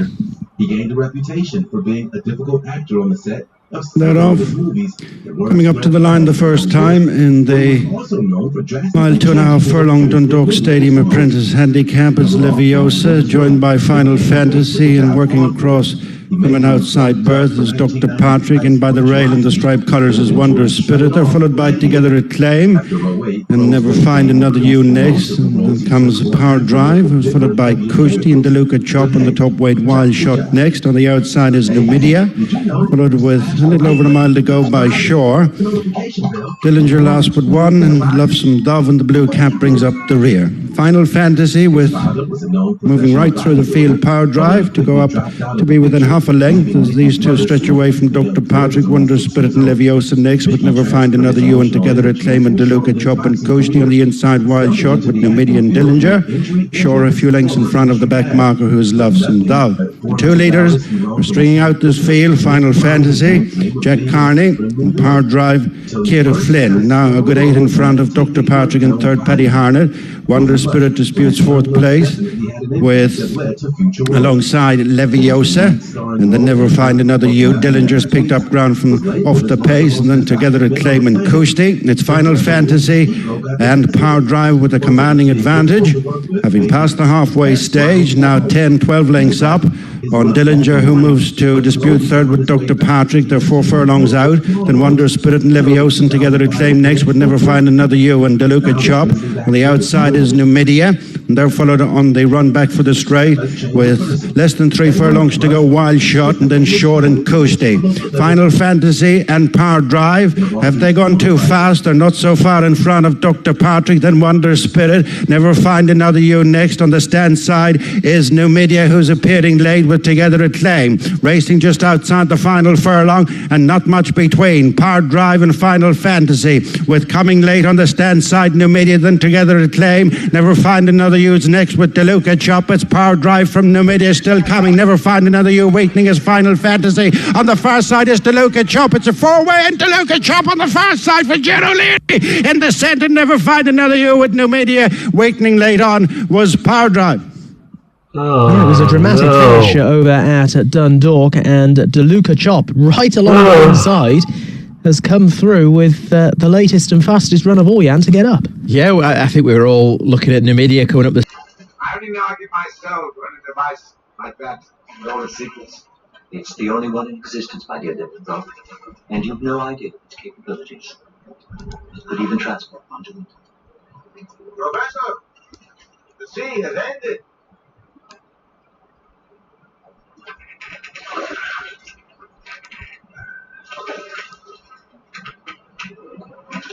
What is it?